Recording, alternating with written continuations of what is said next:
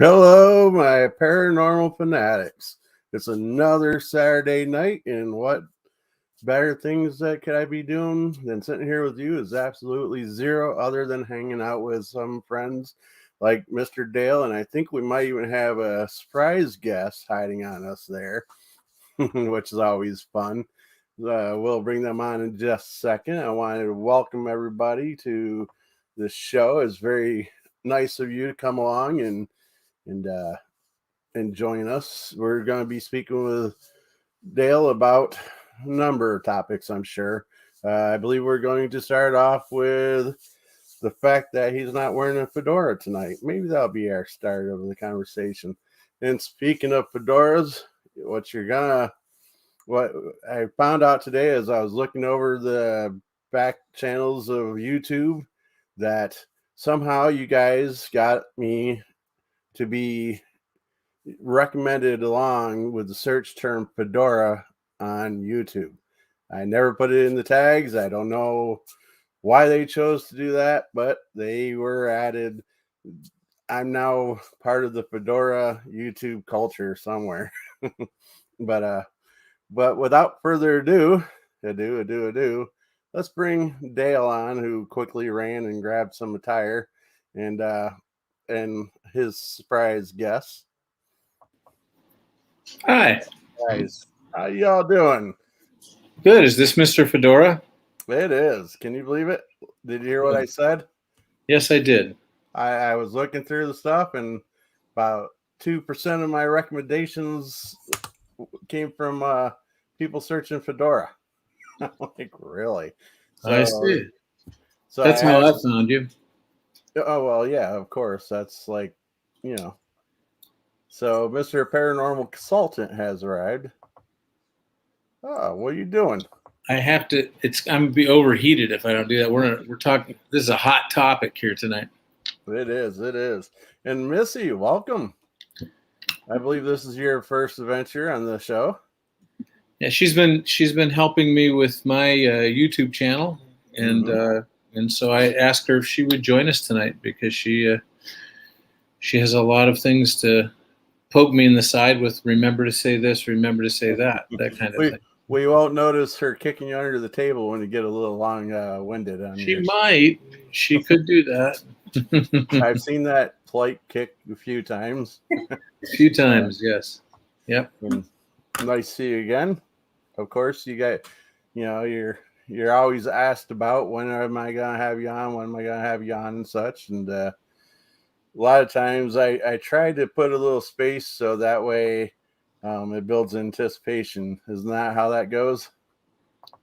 You're the boss. If that's how it goes, it's because you said it's how it goes. Well, at least for the night. It sounded good anyways. So, welcome. Yes, definitely. I'm really enthused that both of you guys are here because you guys are like the yin and yang that I know. Don't try to say which one is which. I wouldn't dare. Okay. I don't want to insult you like that. We're seriously, Scott, we're glad to be here tonight. I love this channel. I love watching your the videos. Just so much appreciate the people that tune in to this. Oh, yeah. Yep. I mean, it's a pretty hardcore group that comes in every time. I'm really impressed that they take the time to come in.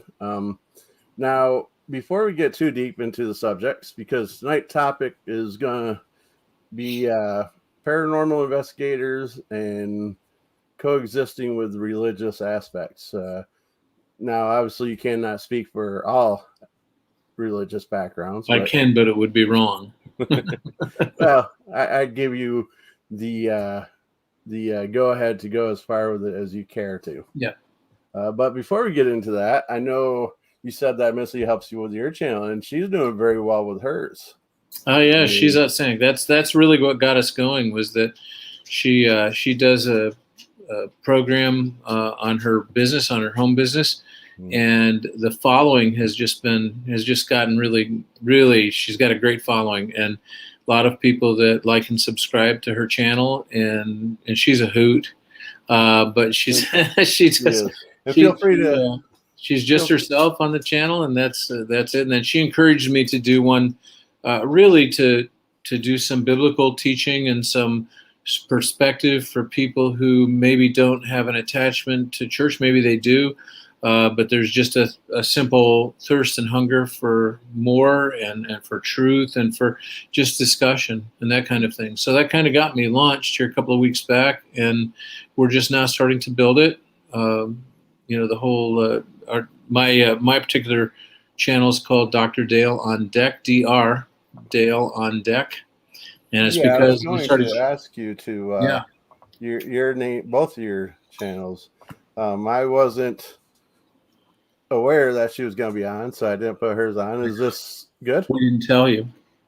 And I appreciate that, because I would have got flustered and not know what to say. Yeah. Is this correct? Scrolling down at the bottom? Yes, that's right for mine. It's just there's no period there. It's just Dr. Dale on Deck. Well, it's on YouTube. And then Melissa's, what's your channel? Melissa Johnson. Just Melissa Johnson. How's that? nice. Without the just, right? Without what? Just. Correct. And that's not in it either. Correct is fine. No, just Melissa Johnson. And I'm very I was seeing how your channel was growing there, and I know I was offering a little advice at start, and then I was like, wow, she's doing 100 million times better than mine, and I should be asking for your help. Each thing has its purpose. I mean, you have viewers that have some channels that we like to tune into once in a while, and when we have the opportunity. Life is pretty busy for everyone, but what you bring, what you and other paranormal investigators bring to the table that people need to see is very important. It's really vital. And I'll say this right up front so that anybody that happens to tune in, I just want to say that Scott, is the thing we really appreciate about you is how genuine, how real you are. When we first connected, how long ago has it been? It's probably been close to 10 years, over 10 years. I was going to say about 10 years ago. And that first meeting, I didn't know what I was going to, whether it was an AA meeting or what it was, but we ended up at that first meeting, and the end result of that was a long-term, I believe a lifelong relationship. And I definitely feel the same, and I believe everybody else in the family feels the same. I mean, it's above a group now, I believe. I've been like 11, 12. Well, it has been. She says about 11 or 12 years. Yeah. Right. We're tracing history back as it relates. Sorry about that. I wanted to adjust my seat. We're tracing history back to when Ursula Buller first invited us to come to the Warren area Society of the Paranormal. And Betsy. Betsy, yeah, you worked with her. But anyways, that was the whole thing, and the confidence we had. And of course, I think that I knew you before that, Scott, from whatever the connection might have been. But in general passing, I think. Yeah, in general passing. But the one thing that we've just found in this relationship, it's genuine. The work that you do. I was just telling Melissa during dinner, we went out to dinner, and I was saying, I've never heard, and I'm not saying this to blow you up or give you an unhealthy ego. I'm just telling you, I've never heard anybody speak negatively about you. Everybody has a positive view of you that I've ever talked to where you've come up, whether it was your day job or anything, or involvement with this society, with this paranormal investigation team. A lot of people ask me, why, and we're going to talk about that in a little bit. Why would we be involved with something like this? And my question is always, well, why not? I mean, that's really what we're designed to do. And I'm just grateful. And I think this has been while I've done some work with some other groups, when they've called on, when the need has arisen, the reality is this is just a good core group that we're part of. And over the years, we've all become friends. And that's really a key. Yep. You definitely leave me speechless here. I'm humbled by your kind words. And of course, you never know what others are saying. So I appreciate that insight as well. They've mentioned that you might want to shave once in a while, but other than that, no, I'm just kidding. Nobody's ever said that to me. It's funny because when I do and I get a nice haircut, people don't recognize me. They don't know you. Just keep the fedora. You'll be okay. Can you guys see the chat on the side? We can, yes. Yep. Okay. Oh, Jen. Jen is from a group up in Jamestown. Yeah, I hope Yeah, I'm correct nice on to that, meet you. right, Jen? Nice to meet you, Jennifer. And I don't know if you know this guy. I do, and he's a fine young man. He truly is. Yes. Mr. Lee Baldwin, a good man, good guy. Yep. Yeah, we'll talk all right. I know what he wants to talk about, too. So. I'm sure he does. Thanks, Matt. Paranormal Yeah. consultant is Matt. Matt, Hopefully, I can connect you guys, Dale. So we've kind of quasi connected through your show and over the last few years. Was he at? Matt, were you at the Harry Potter Festival? Alohomora. Yeah, I believe we talked there and different events and so forth. But yeah, Matt's got a great program. We'd like to tune into that too. That's very, very good. Yeah. I believe he'll be asking soon to for your gracious. Sometimes he's like in the moon. Sometimes he's like in the moonlight with his pictures and things. With his video. It's pretty cool. You should have seen the last thumbnail I made of him. You heard of the game World of Warcraft? Oh yes, of course. Yeah. I put his face on one of the characters because he was playing it for his show. That's that Canva that I sent you. I'm able to do all that stuff. So monkey around with that. You guys will find some good stuff to do. So did you guys bring your ketchup and ice cream tonight? What? No, you guys didn't see that video. Sorry, that's against my religion. So I tried on the show here ketchup and butter pecan ice cream. Is there something wrong with you? Oh no, that's a Lee would join me in asking that. Yeah, question. That's what he wants to talk about, I'm sure. There's no doubt about that. Very good. So without further ado, because that's my word of the day, is paranormal investigators and those in the religious aspects. What's your first thought on that? Well, the first thing that I think people get in religious circles get a little undone about is just the concept of paranormal. If we convert that over to a concept of basically talking about supernatural or the spiritual realm, then it's a little bit easier for folks that have more of a religious bent to relate to it. But I don't think that should change what you do.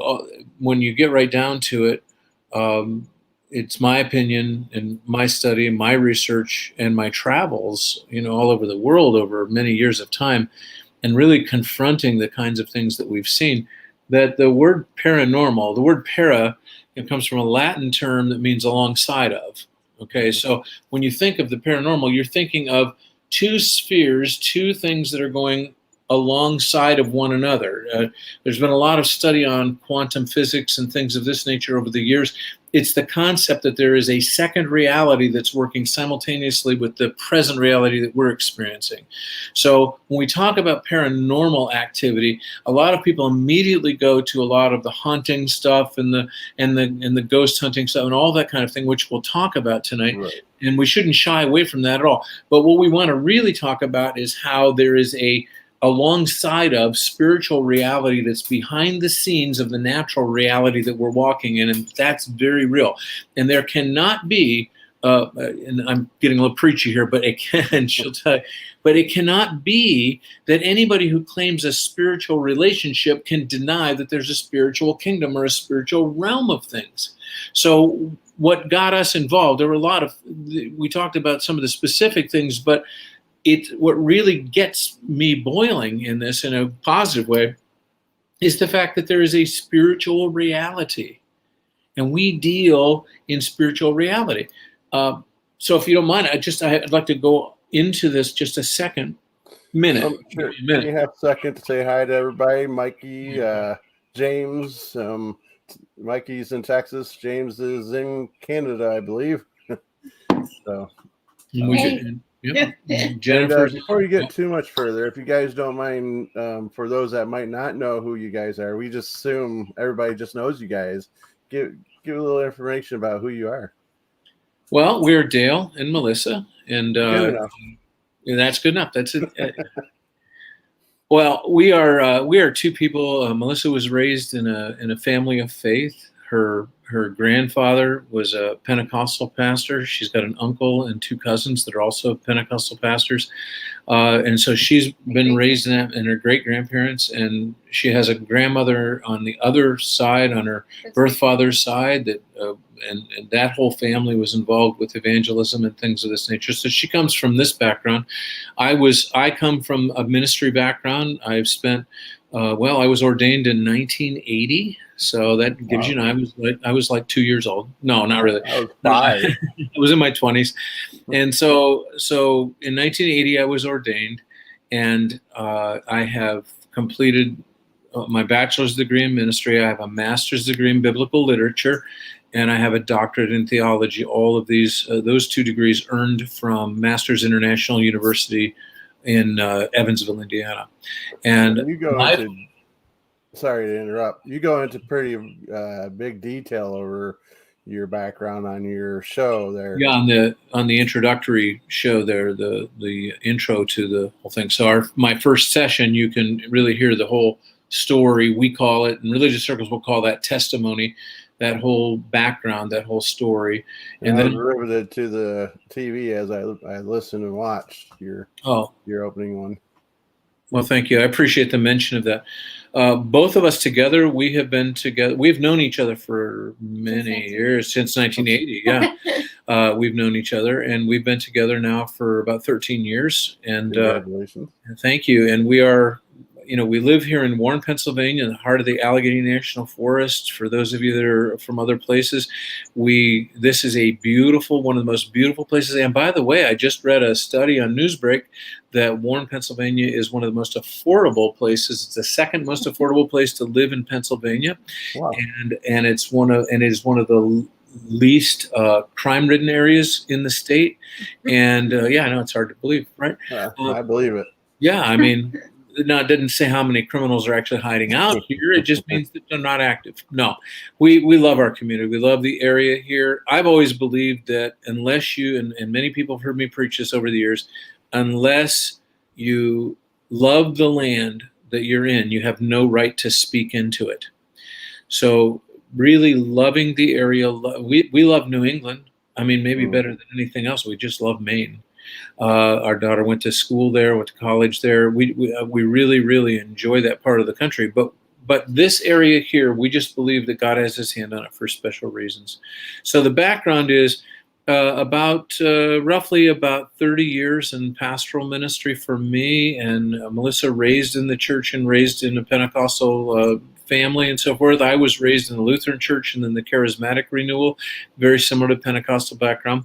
But in the last 13 years, we've kind of moved into a place of saying, God is for everybody. This is not God so loved the world that he gave his one and only son, that whoever believes in him should not perish but have everlasting life. For God loved, it's so cool because God loved the world so much that he didn't send Jesus to condemn the world, but that through him it might be saved. So that's my preachy part. Okay, that's my preachy part. I really want to get into the discussion, the paranormal stuff, because this is fascinating stuff. So now I thank you, because I was blessed and the WASP was blessed that we didn't have to go really searching for any churches or anything to back us up, because that was one thing that we were talking about, me and Lee, at one point when we were first starting this, and you saved us so much hassle. I mean, this is an interesting thing, because when we first became involved, it was kind of like there was a little fear and trepidation here from me. You have to understand that my background, when you're in full-time pastoral ministry in a community and seen as one of the leaders in the community, I was the president of the Area Ministerial Association. I was, blah, blah, blah, blah, blah, with all this stuff, right?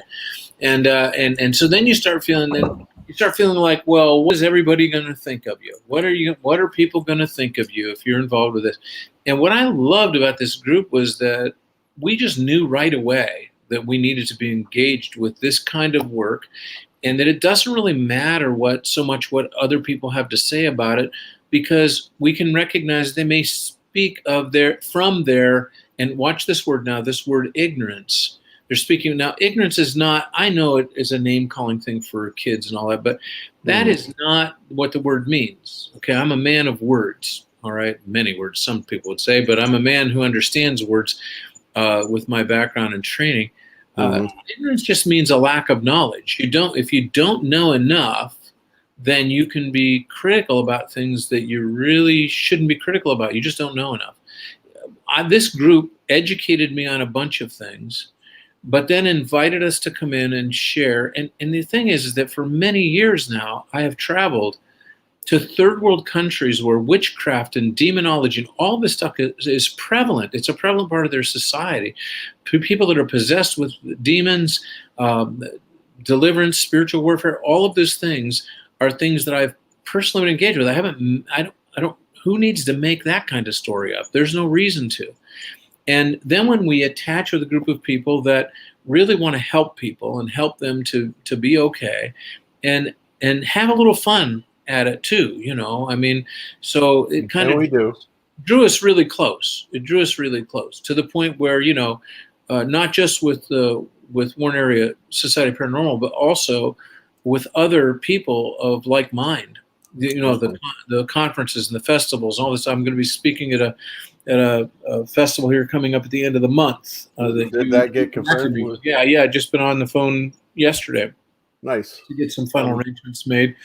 And I've spoken down there before on behalf of or with a lot of people down there. It's a different location this time, so we're going to be down in Youngsville sharing with that. Opportunities to just simply help educate paranormal investigative teams to know this level of things, or this part of things. It's just one little part. You guys deal with so many things, but we deal with one little thing. Well, not so little, but I was about to say, don't minimize such a profound thing. Yeah. Now, was that when you started WASP or WAHA? I believe that's referring to me and Lee. You guys remember WAHA? Tell me about that. What is WAHA? You don't remember? Am I supposed to remember? I don't remember. You're showing your age there, sir. That's not hard for me to do.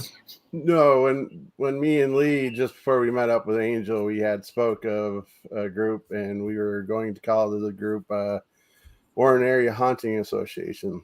Oh, okay. All right. WAHA for short. And WAHA. We were kicking around. Yeah, that's right. Yeah, I remember that. Yeah, I remember sitting in Ursula's living room talking about this. Yeah. Instead they wanted to change it to Wahoo, but that's okay. Wow. Is that when you were picking on me with my green zombie dogs? And yes, it is. Yeah. Now I remember, and hello Jay, we didn't recognize you.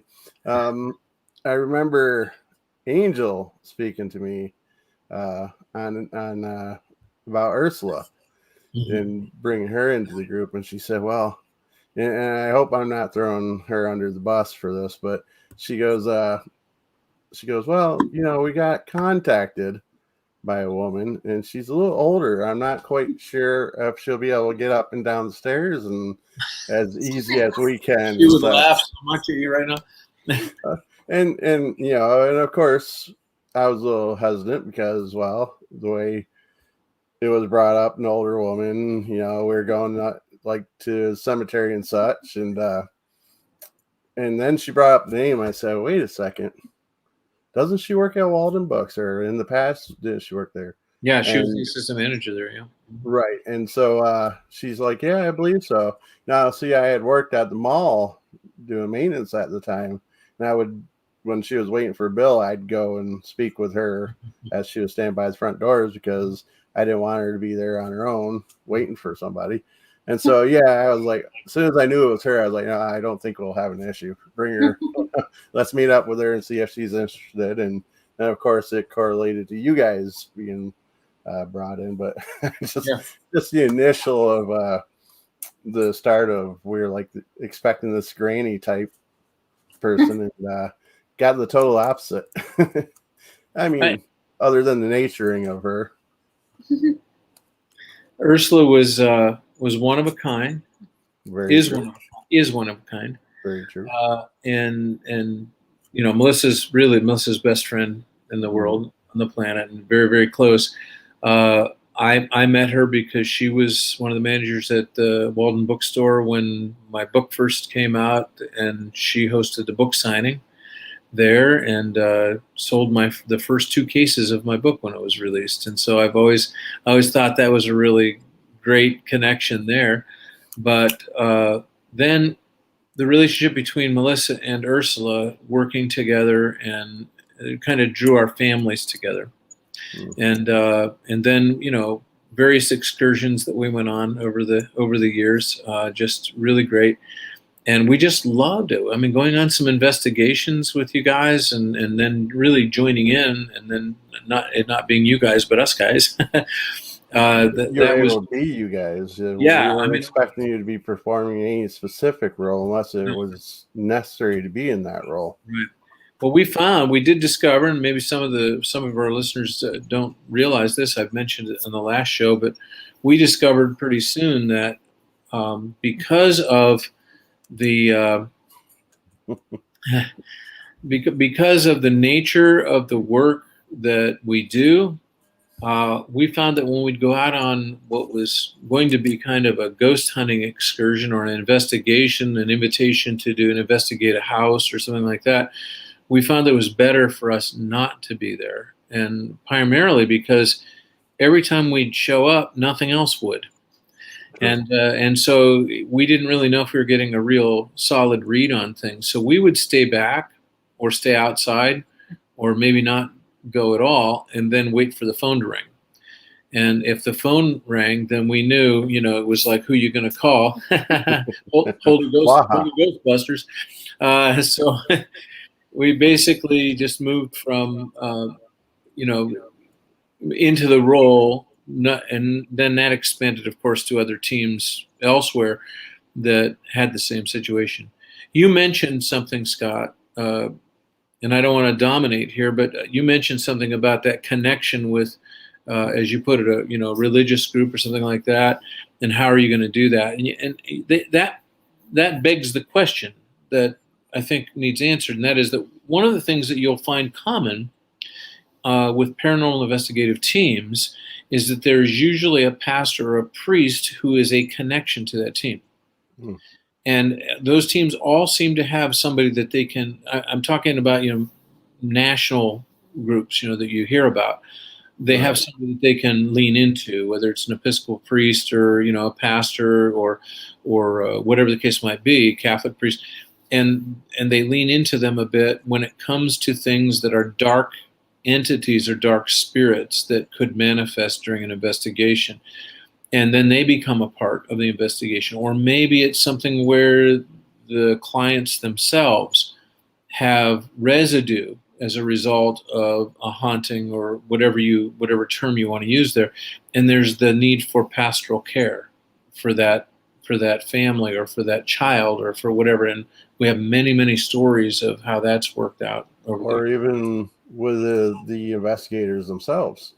Like just recently, I reached out to you for a little extra support through prayer and such, and I appreciate you receiving my text so late at night, and I appreciate you, helping out. Anytime for any of the groups that might be watching as well, and that again, that we can talk about this in a bit, but I'm always so surprised that more pastors don't engage in this conflict. And well, the biggest thing that a lot of them have been taught or believe, and I don't know the correct wording terminology, but is if you're divining or looking for them, you're going against God's work. Is that not what they're taught? Well, some have misunderstood that, and what they're really referring to is necromancy or attempting to contact the dead for communicating purposes. But it goes much deeper than that in the Old Testament. In the Old Testament, the concept of consulting the dead or using a medium, not the common term medium, but somebody that was really delved into a darker area of witchcraft so that they could open the door to speak to somebody who had died in order to get counsel and advice from them. That didn't play well, for King Saul. That actually played very badly for him. So there are just a lot of examples that the Bible uses that. But let's remember something else too, and that is that there is this parallel. Many of you will call it a parallel universe, but there is this parallel that runs along, and it's very biblical. And that is that there is a spiritual reality and a natural reality. The natural reality is oftentimes controlled by what's going on in the spiritual reality.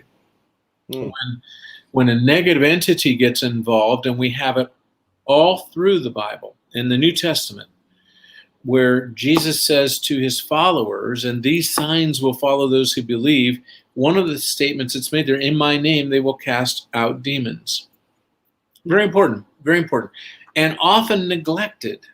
So, was that? I don't mean to interrupt. No, but I remember you love to tell this little tale of calling out in his name, but never saying Jesus when the gentlemen were running around saying everybody's name but Jesus. Yeah. Go ahead. I know you like. Yeah. So in the book of Acts, there's the story of a priest, a Jewish priest. His name was Sceva, and Skiva, most people hear his name, but he had some sons, and they were watching as the disciples were going around conducting ministry, and those disciples were casting out demons in the name of Jesus, and they were concluding that effort and all this, and they were pretty impressed by the miracles that were being done, all these things. So they, I guess they were a bit of fandom over the disciples and decided that it'd be a good way to get other people's attention. You see, one of the biggest pitfalls that we have in anything that we do in front of people is that we want to be noticed then after that. It's a human frailty. It's something that we have. Hey, look at me, look what I do, look at what I'm involved with, and all this kind of stuff. It's really quite nonsense, because if you really think about it, the more you're known for those things, or the more you're known for anything for that matter, the more demand there is of you. And then that sometimes can turn into an ego trip that can create a possibility of a fall or failure in life. So you have to be really careful. You have to be humble yourself in the sight of the Lord, and he will lift you up. But these sons of Sceva decided that they want to be like, the disciples, and they basically went out and they started to attempt to cast out demons, and they ran into some pretty bad ones. And they ran into one, and they said, by the name which Paul preaches, come out of them. Come out of this person, and the demon did come out and gave them the thrashing of their life and sent them down the street naked and bleeding. So I'm just saying, and I didn't mention that story then or now, and nor is it mentioned in the book of Acts, so that we can be afraid. The idea is to respect the fact that there is this spiritual reality, and that not all of it is bright and light and wonderful. Not all of it is Casper, as we call it. Sometimes it's not Casper. Sometimes it's very, very bad. It's it's poltergeist. It's things of this nature that can really be happening. I was going to say, I could see how that could be correlated as us paranormal investigators, where we believe we know what we're doing and we're overstepping ourselves, and we could get in some pretty serious situations by not doing things right, for lack of better words. Let's catch up with the chat for a moment. Hello, Heather. Nice to see you. Matt asked a question, but he says never mind, it was answered, but he was asking it both of you. I'm not seeing any chat, just so you know. No? Oh, there you go. That was his question. He said that you answered. Yeah, I mean, absolutely, Matt. I mean, and the question. That, Missy? Yeah. Okay. I mean, I think that if we have, it's been kind of in behind the scenes, don't you think? I can't personally recall anything negative, but I mean, we have a classic. Fasting. Yeah, I mean, most of the time people followers of Christ, otherwise, You but experience it more than I would. yeah, but I think what I have experienced, I've experienced some feedback that just said, "What the heck?" They don't understand why the involvement. And I'll say this one more time: my problem, Matt. Maybe this will help you. And I think you walk the same way that I do. Uh, I don't understand why we're not involved with it. If it's what we're sent to do, it doesn't make any sense to me that we wouldn't respect that aspect of ministry when it's such a prevalent part of it. Now, don't get me wrong, I don't think it's for everybody to do, Right. any more than I think that what you do is for everybody to do. And I'm going to tell you right now, for an example, you don't mind me sharing what you do as a day job, right? Myself? Yeah, you. No, most You're wearing it on you're wearing it on your shirt right now. Oh, I did switch out. Oh my! Thanks for pointing that Yeah, out. so yeah, no problem. I'm a fashion guy. What can I say? But I want. I had every intention of switching out my shirt tonight. It's no need. You can do that right now if you'd like. But no, I'm just kidding. Please don't. No. I think that it would be foolish for me to go out and to drive a bus. Now, years ago, I drove a bus for a minute or two, and I had a little route that I had to do, taking people to work, and I met some great people during that time. But and I had no accidents or anything, thank goodness.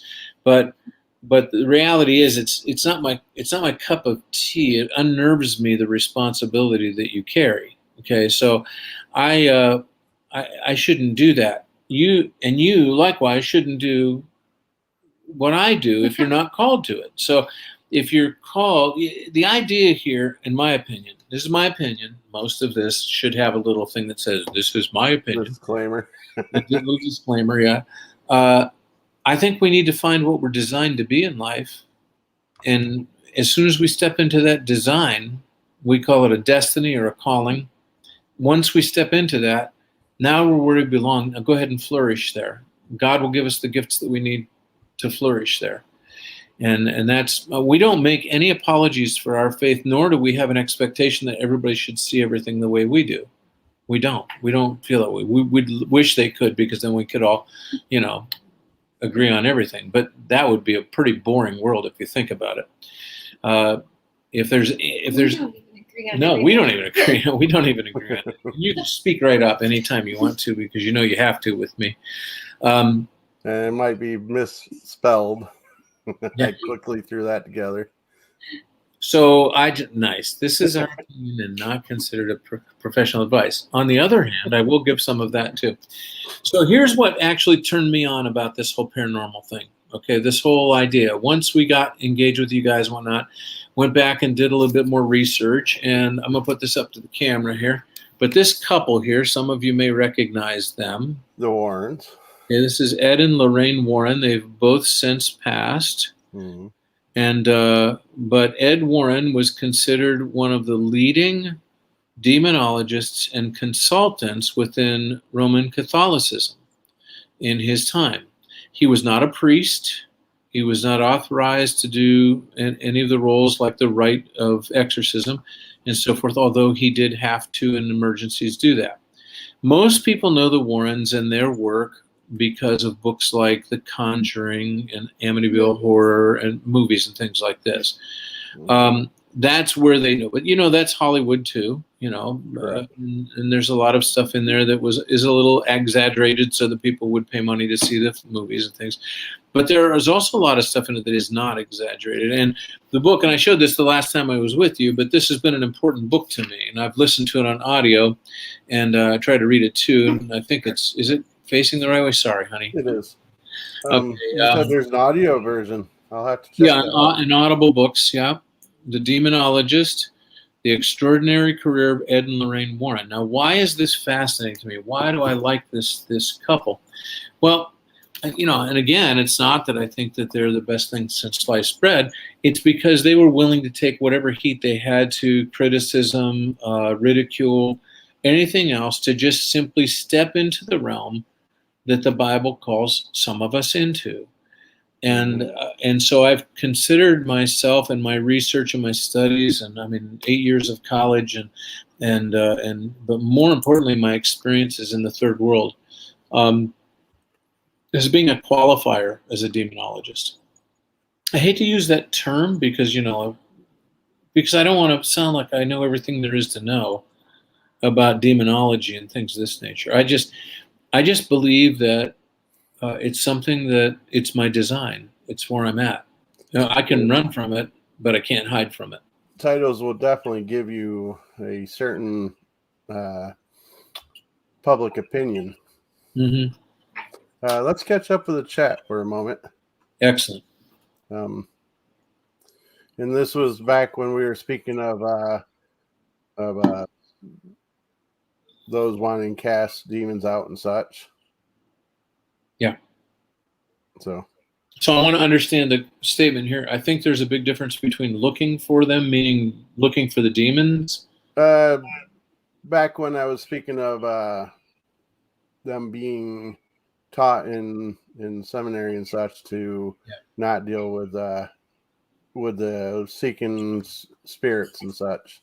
Yeah, so I think that the idea and the concept that this is what I've subscribed to, is that seek the Lord while he may be found. Seek first the kingdom of God and his righteousness, and everything else will be added.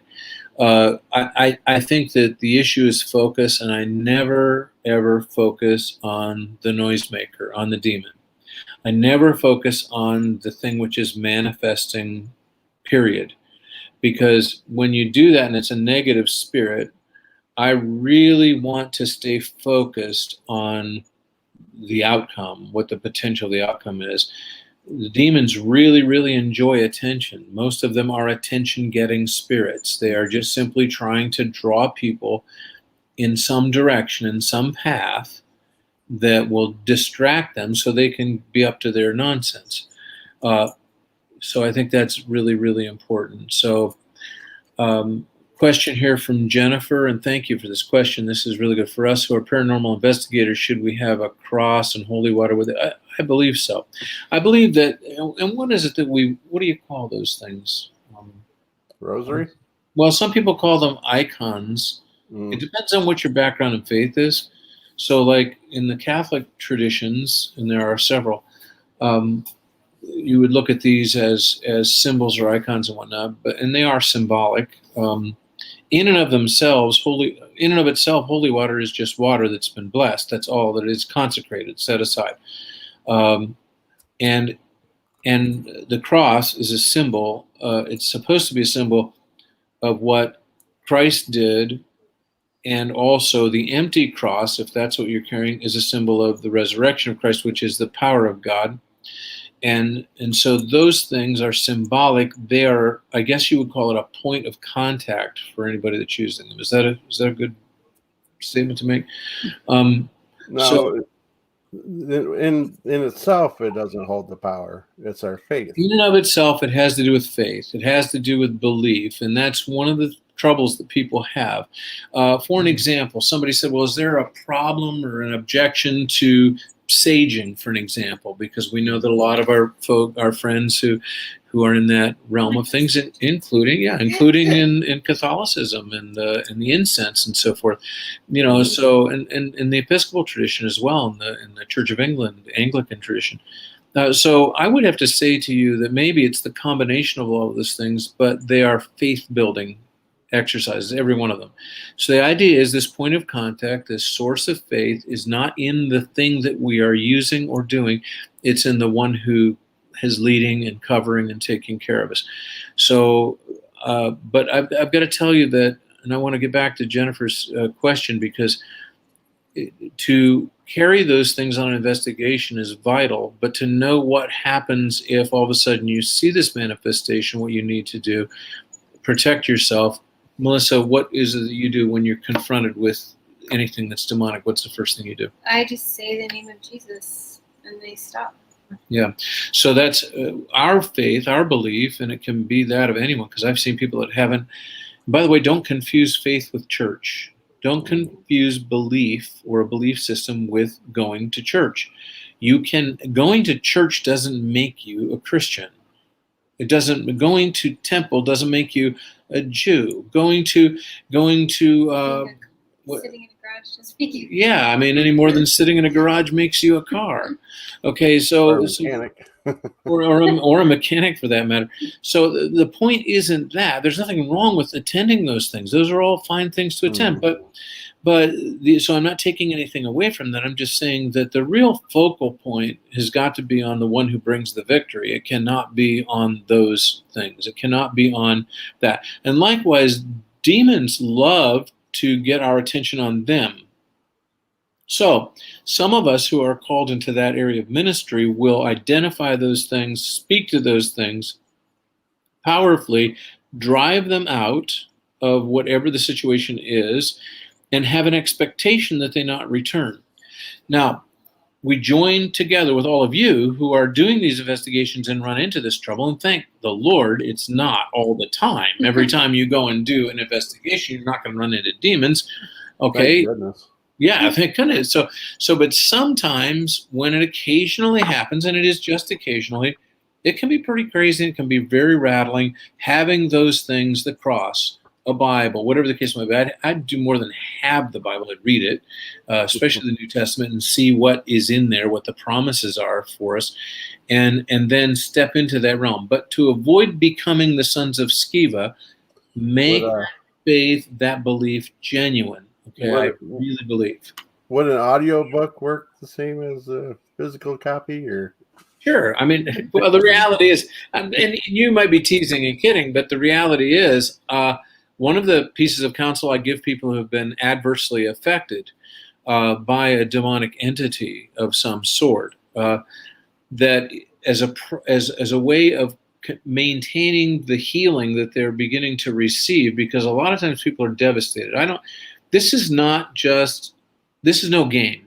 No. People's lives are affected. They are affected negatively. People have stopped working.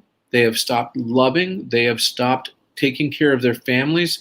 They have stopped all kinds of things as a direct result of demonic attack. You have to understand, as Ed Warren had said many, many times, but others that I could quote endlessly, others involved in the work that we're involved with, they will tell you the same thing over and over again. This is extremely serious business to us. This is, we take this very seriously. And when people are very affected by this, give them a tool, give them something to use. And one of those things is audiobooks. So the ability to listen to the Bible. While you're sleeping, for an example, you go to sleep and you're listening to the Bible. And there's some great versions out there, whether it's Charlton Heston or James Earl, what's his name? Jones, yeah. He has. He's got one. He's got the new one, yeah, where he narrates the Bible. I'm telling you, who couldn't just listen to that voice all night long? I mean, you might be thinking it's Darth Vader reading it to you, but it's all good. Hey, it all works. I just want to take a moment to say hi, Lori. You sent that a few minutes ago, so I did want to connect with that, not to interrupt. And I also want to point out that I really like Jay Wow, because he makes a lot of sense. Mm-hmm. And he's not only a fashion guy, but he's a fine-looking man. I'm adorable. I know you want to say that, Jay, but That's an interesting question, Jay. Question for me was there, and it could be for both of us, was there ever any interest in paranormal prior to meeting up with you guys? Yeah. And what's that? That's your background. Yeah, that's my background. So I want to say that when you're in the third world and you're in southern Mexico, Guatemala, and you're in the mountains down there among the volcanoes and the native tribes where the last live Tarzan movie had been made, and the stuff going on there is voodoo and witchcraft and that kind of thing. And then you're among people who have found the Lord, and in the process of all of that are carrying around all of these demonic strongholds in their lives, and their families are negatively affected, and they can't sleep at all, and they are afraid. They are scared of the dark. They're scared. They're afraid of everything. It doesn't matter.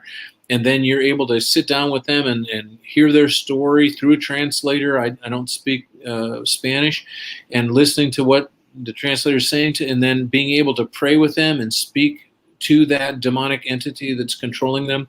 Or in the case, the very first experience I had was in a house where murders had been committed, and a demonic stronghold had entered that house and was absolutely eradicating the business that was in there. I won't go into great details there, but there was a business operating there to actually help people in a major way in the heart of the city of this particular city in Mexico. And then couldn't understand why people that were engaged with it were dying and that kind of thing. And we found out that there had been murders in that house, and there was a murderous spirit that was in that house, a spirit of death. And we basically just went in there and we did a house cleansing. We talk about holy water, but for me it was anointing oil, that kind of thing, and taking the scriptures in. So Jay, yes, very much so. This not only fascinating, but it's a part of my work. It's a part of what I did for many years. And then you would go into some of these other places that other places that we went to in East Africa and places like that, where again there's all of this dark religious stuff. I was in Uganda, where Joseph Kony was functional and operating. There's still, as I understand it, many. Like at the time, there were 60 international warrants out for his arrest.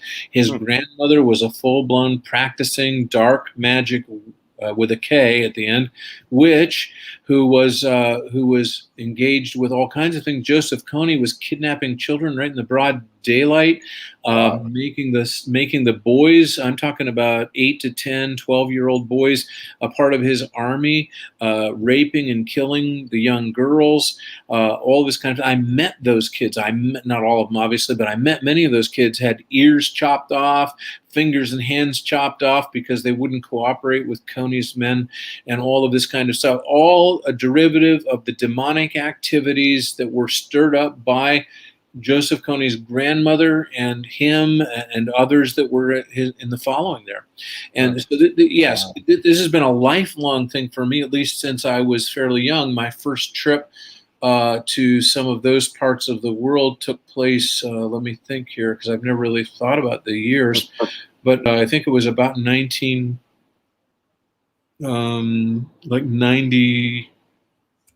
I think 96 or probably 96, 1996. The first experiences I had there. I had seen demonic type activity, didn't really know what it was prior to that. But when I got introduced to this, I was introduced by a group of, in this case, men who, there were a couple of ladies too, now that I think of it, ministers, that were very, very, very involved in this already. So I was mentored into this work by people who had years of experience, many more than I, and that brought me into it. And now, so you guys had no qualms of making that connection with us because you've had a long history of. No, it was your fedora. That's really true. But no, I thought it was my boyish terms. You know, and I'd like to say, I think most. Oh well, that's not what I was trying to bring up, Jen. We'll get to that in a second. I believe a lot of the cases that we have that people are saying that, I don't think it's because they believe, well, they might believe. I believe that it's more along the fear and what they hear from people that makes them believe that it's demonic. It's very possible. I don't think it's because they're going out of their way to make the claim just to make the claim. I want to say, Lee, that's a really, really. Huh? What about the place that you did the music? Yeah. And in fact, Scott and I were just talking about that the other day. Lee, specifically, that's correct. I think that a lot of people feel that anything that they experience may have a demonic root to it. And some religious people believe that anything that others are experiencing have a demonic root to it. So I want to say something. And I'm going to say this with due caution and hope to teach on this on Dr. Dale on Deck so that people will really maybe have a deeper understanding of it without getting too bogged down this evening. But I want to say that there is not a demon behind every door. There is not a demon in every doorknob. There is not a demon every time you turn around and look. But I also, at the same time I say that, I want to say that there's more activity going on than what most people realize. And again, remember that that simultaneously, that we're dealing with two very real parts, the natural and the supernatural. So those things are very real. And the supernatural may be dark and negative, but it also may be very light and glorious. It may be, and that's really what we want to do. We want to replace the one with the other. So some people will feel that. Whoa. Yeah. I didn't think it was going to take up the whole screen. That's okay. It's okay. Yeah, that's fine. I've got to read it though. Right. I'm kind of reading it too. That's why I put it up.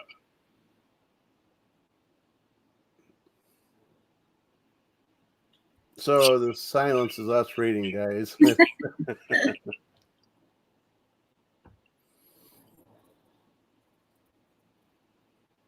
And I think, Alex, I think that's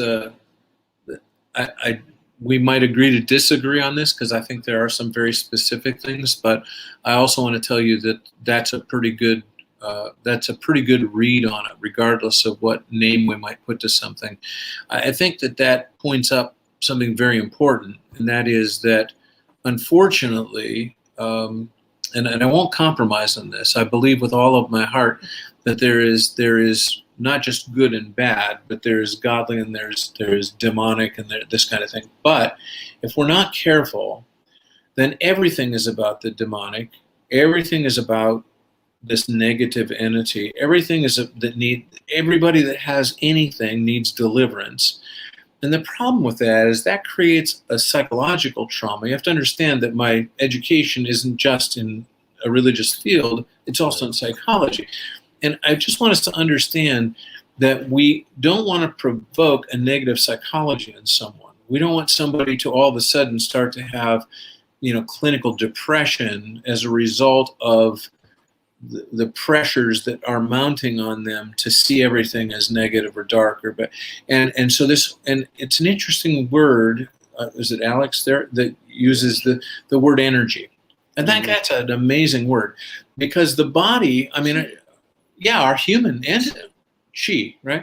The body is made up of, it is energy, it's chi. It's right. And we can't deny it. It's a scientific fact. Those things are reality there, okay? But I also want to say that, and I'm going to say this very carefully, this is important. I also believe that faith is fact. That not just science is fact, but faith is fact. I think that there are some realities that exist that are explainable. Now, is it possible that somebody's drummed up something in their own thinking, in their own mind? Of course it is. You can open doors. Right, and then you can do that. You can say, well, there's nothing to this, or whatever the case might be, or you might participate in some activities that actually would draw you into that negative feel. But and maybe you want to call that a negative energy or whatever the case might be, but you call it whatever you want to.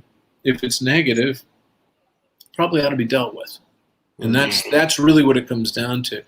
And by the way, a demon absolutely would love us to recognize it as anything but what it actually is.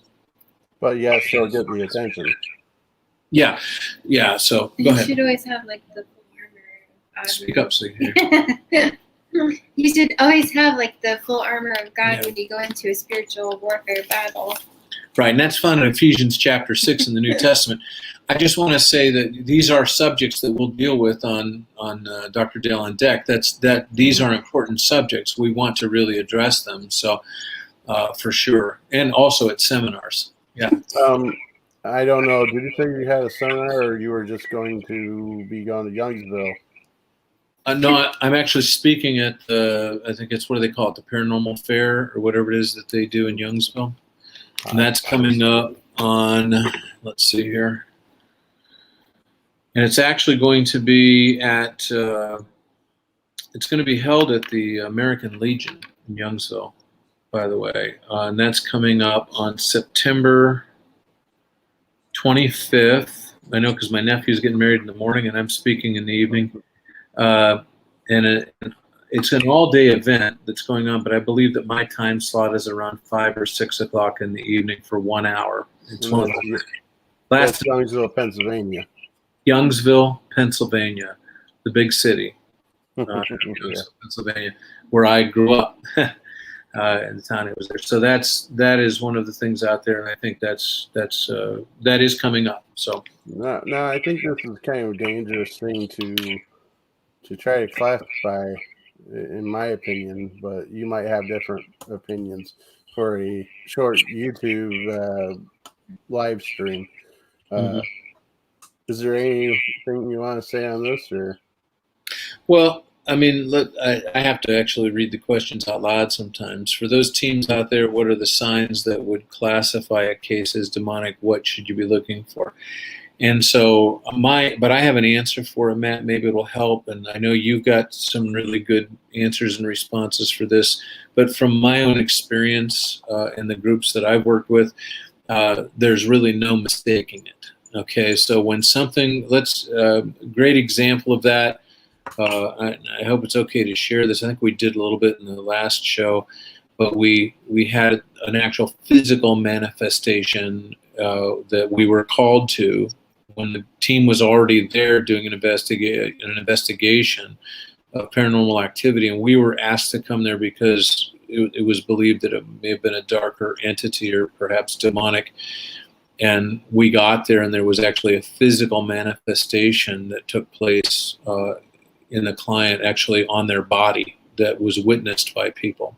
I won't go into great detail. I don't know what the classification of that is as far as confidentiality is. But I don't want to go into deep details because it's a past case.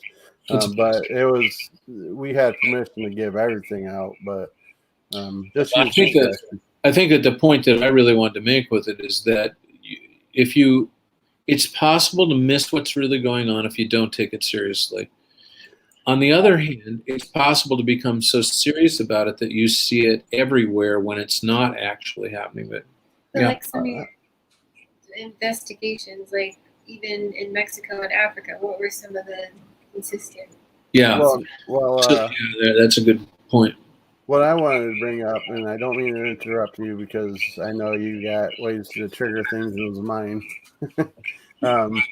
is actually what helped me to kind of have a better feel out there in Starbrook is what you were saying about separation and things like that, emotions. Okay, so absolutely correct. So there are some consistent signs that what you're dealing with is in all likelihood a demonic activity. Okay, and one of those things is that, especially if there's a group out there, all of a sudden the group is all against each other. There's division and striving that happens like big time, and when that starts to happen and nobody can agree on anything and it brings confusion, that's a great sign.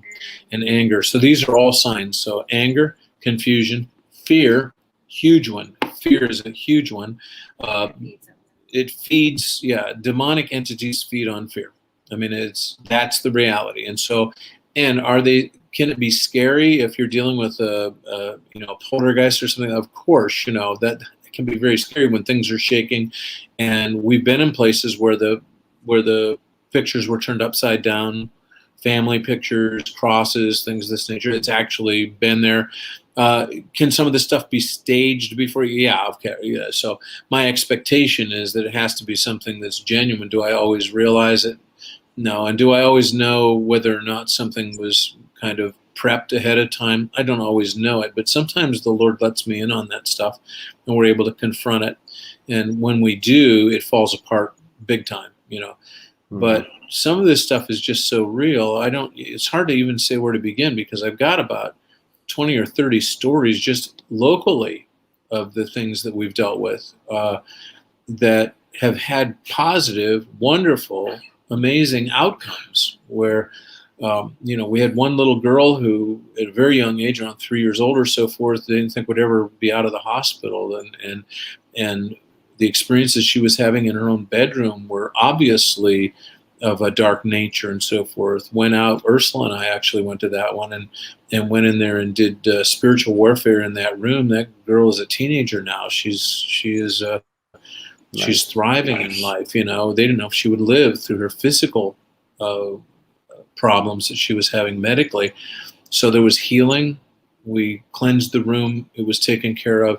Haven't had those issues before. And you and I were on something recently, and I'd love to see some follow-up on it, Scott, but you and I went to one, and that was a very similar kind of situation there, where there was a lot of fear. So remember, the signs of demonic activity is that demons will instill fear, they will deter faith, they will convince you that this is all a lot of baloney, and that God is a lot of baloney, and that you don't need any of this kind of stuff. And so those division, striving, and so what else would there be? Let me think of anything else. Confusion, very good one. Confusion, yes. Anger. Now you had 3 words for oppression, suppression. When we deal with the demonic influences and so forth, there's obsession. There's obsession, oppression, and possession. So and depression, all the shuns, if you will. So let me real quickly. I can just run through those real quickly without preaching on them or anything else. But this is speaking from both a faith perspective, as a doctor of theology, as a biblical scholar, as well as dealing with it from a psychological perspective. So. And I see those two things just meld together very nicely. They work together quite well.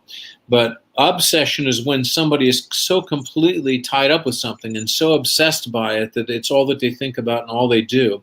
And I don't mean that in a positive way, but in a negative way. So when all of a sudden there is this obsessing over everything, and it's the total focus of a person's life, you know that you might be heading in the wrong direction there. Okay.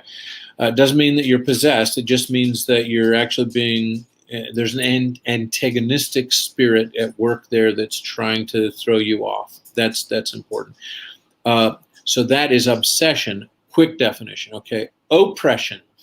Have you ever felt a time in your life where it felt as though there was a large hand on top of your head just pushing you down? Just everything felt like a low ceiling.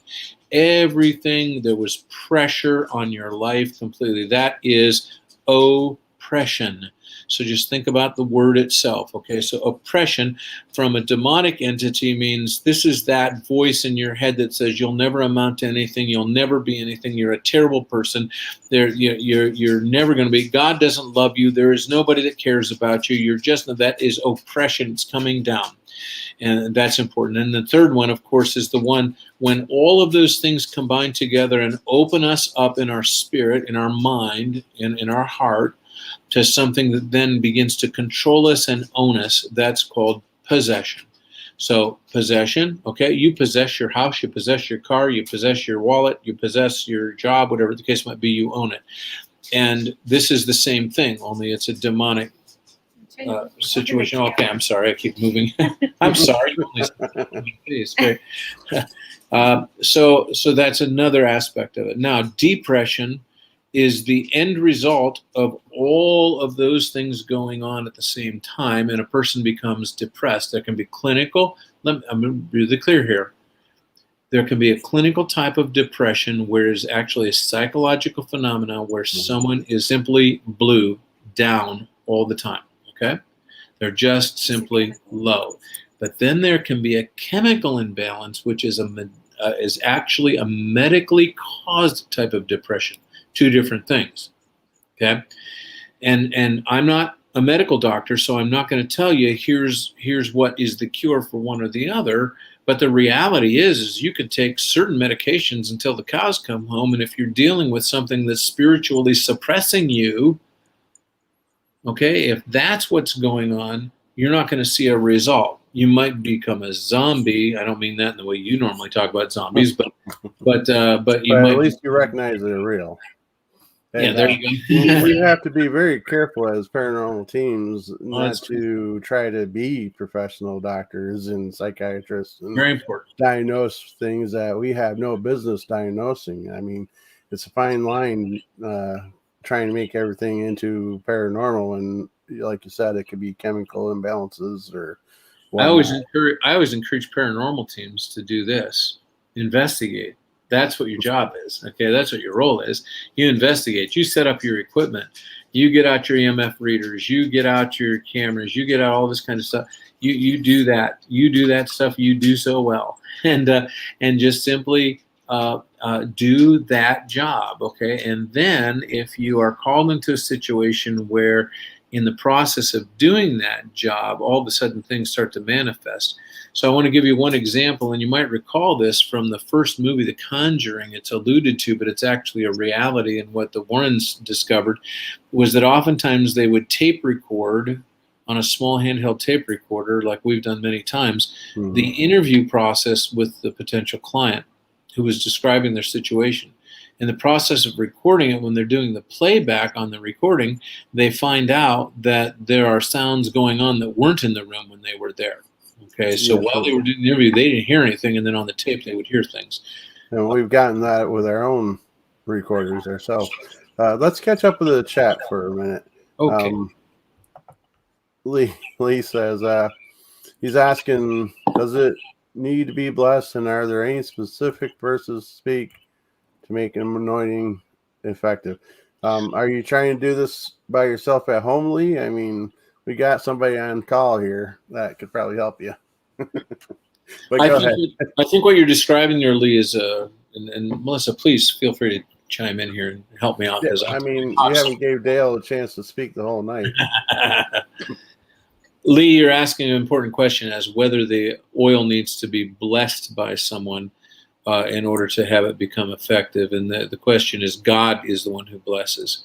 So go ahead. Well, and then there are essential oils like juniper oil that has like a natural, like, I don't know if it's God-given or it's just designing to naturally repel, kind of like sage, naturally repel negativities. Yeah.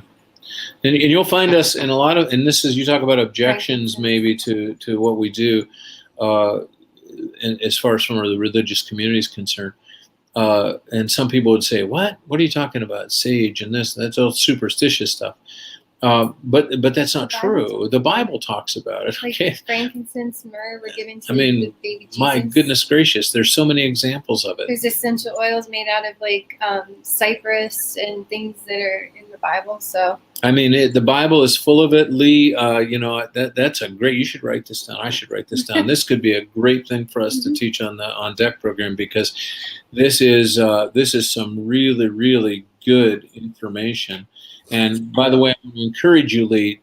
You're doing the right thing. That's a good thing to do. Okay, I have a lot of respect for what you're doing there. And now, if we could teach them how to use olive oil to cook something good once in a while, yeah. Let me tell you something. That's nonsense, because Lee is one of the best cooks around.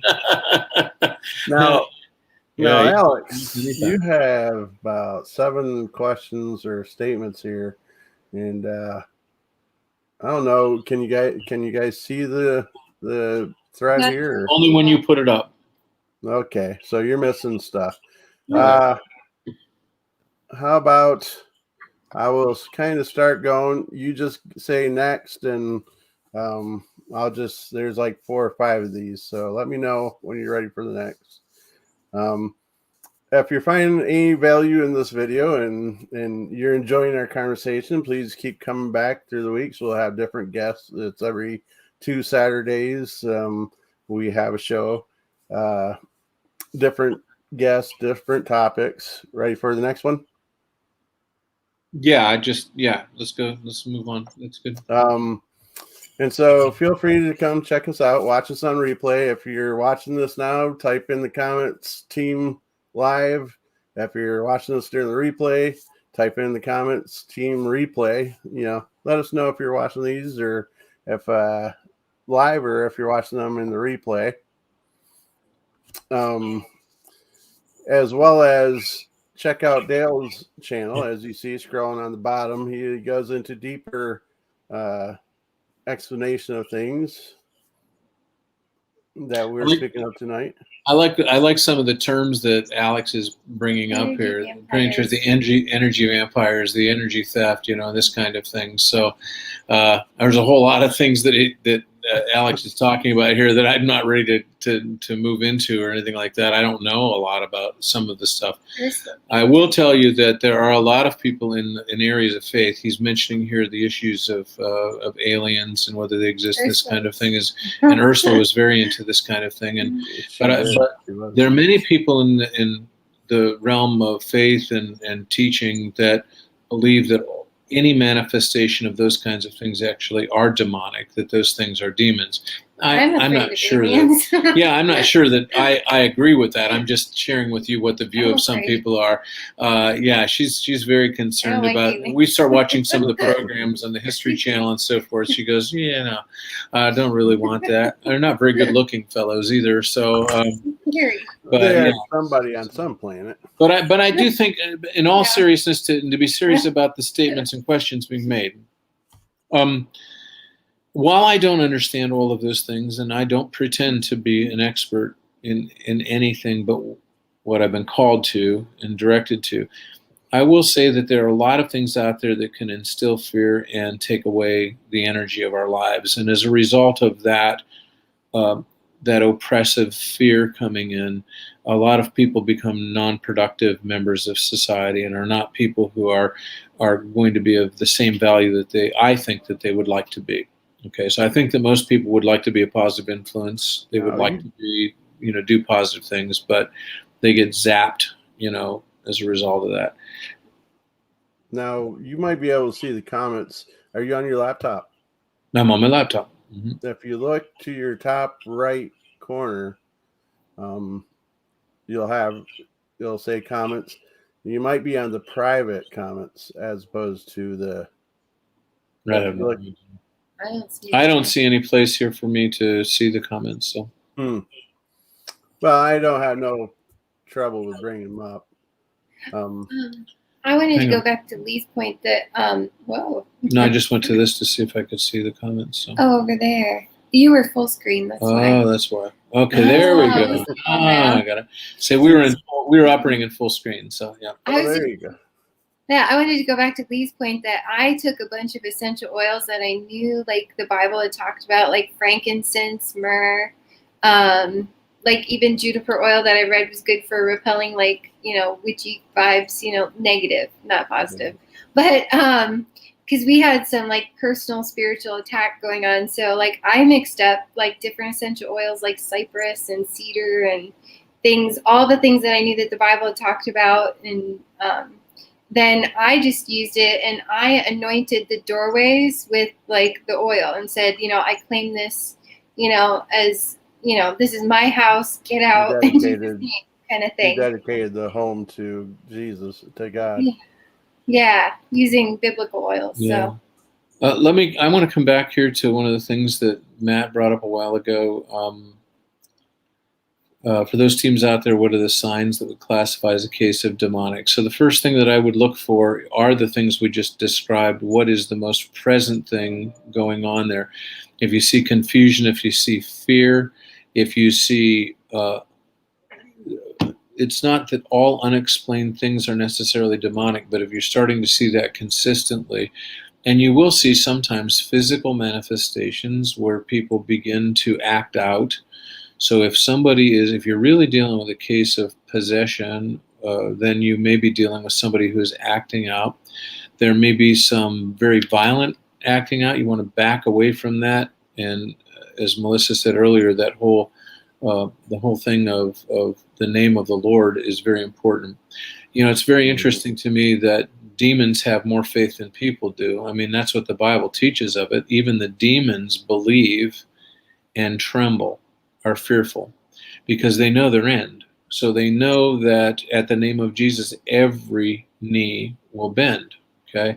And so it's very, very important that we understand that the authority is true. It's real. It's vital that we understand that. And having that knowledge will often, what I meant to put out there. Sorry. Oftentimes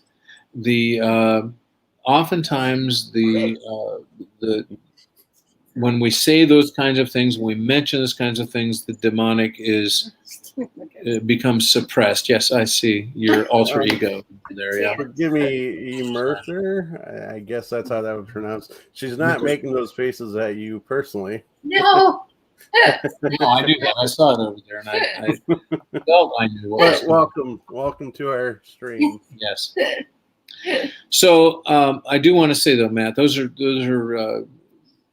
extremely important signs. And so if a group all of a sudden ends up in a situation where you're experiencing strong objections to what you're doing, but yet that person invited you there, I mean, that's one of the very clear cut and easy signs there may be something going on.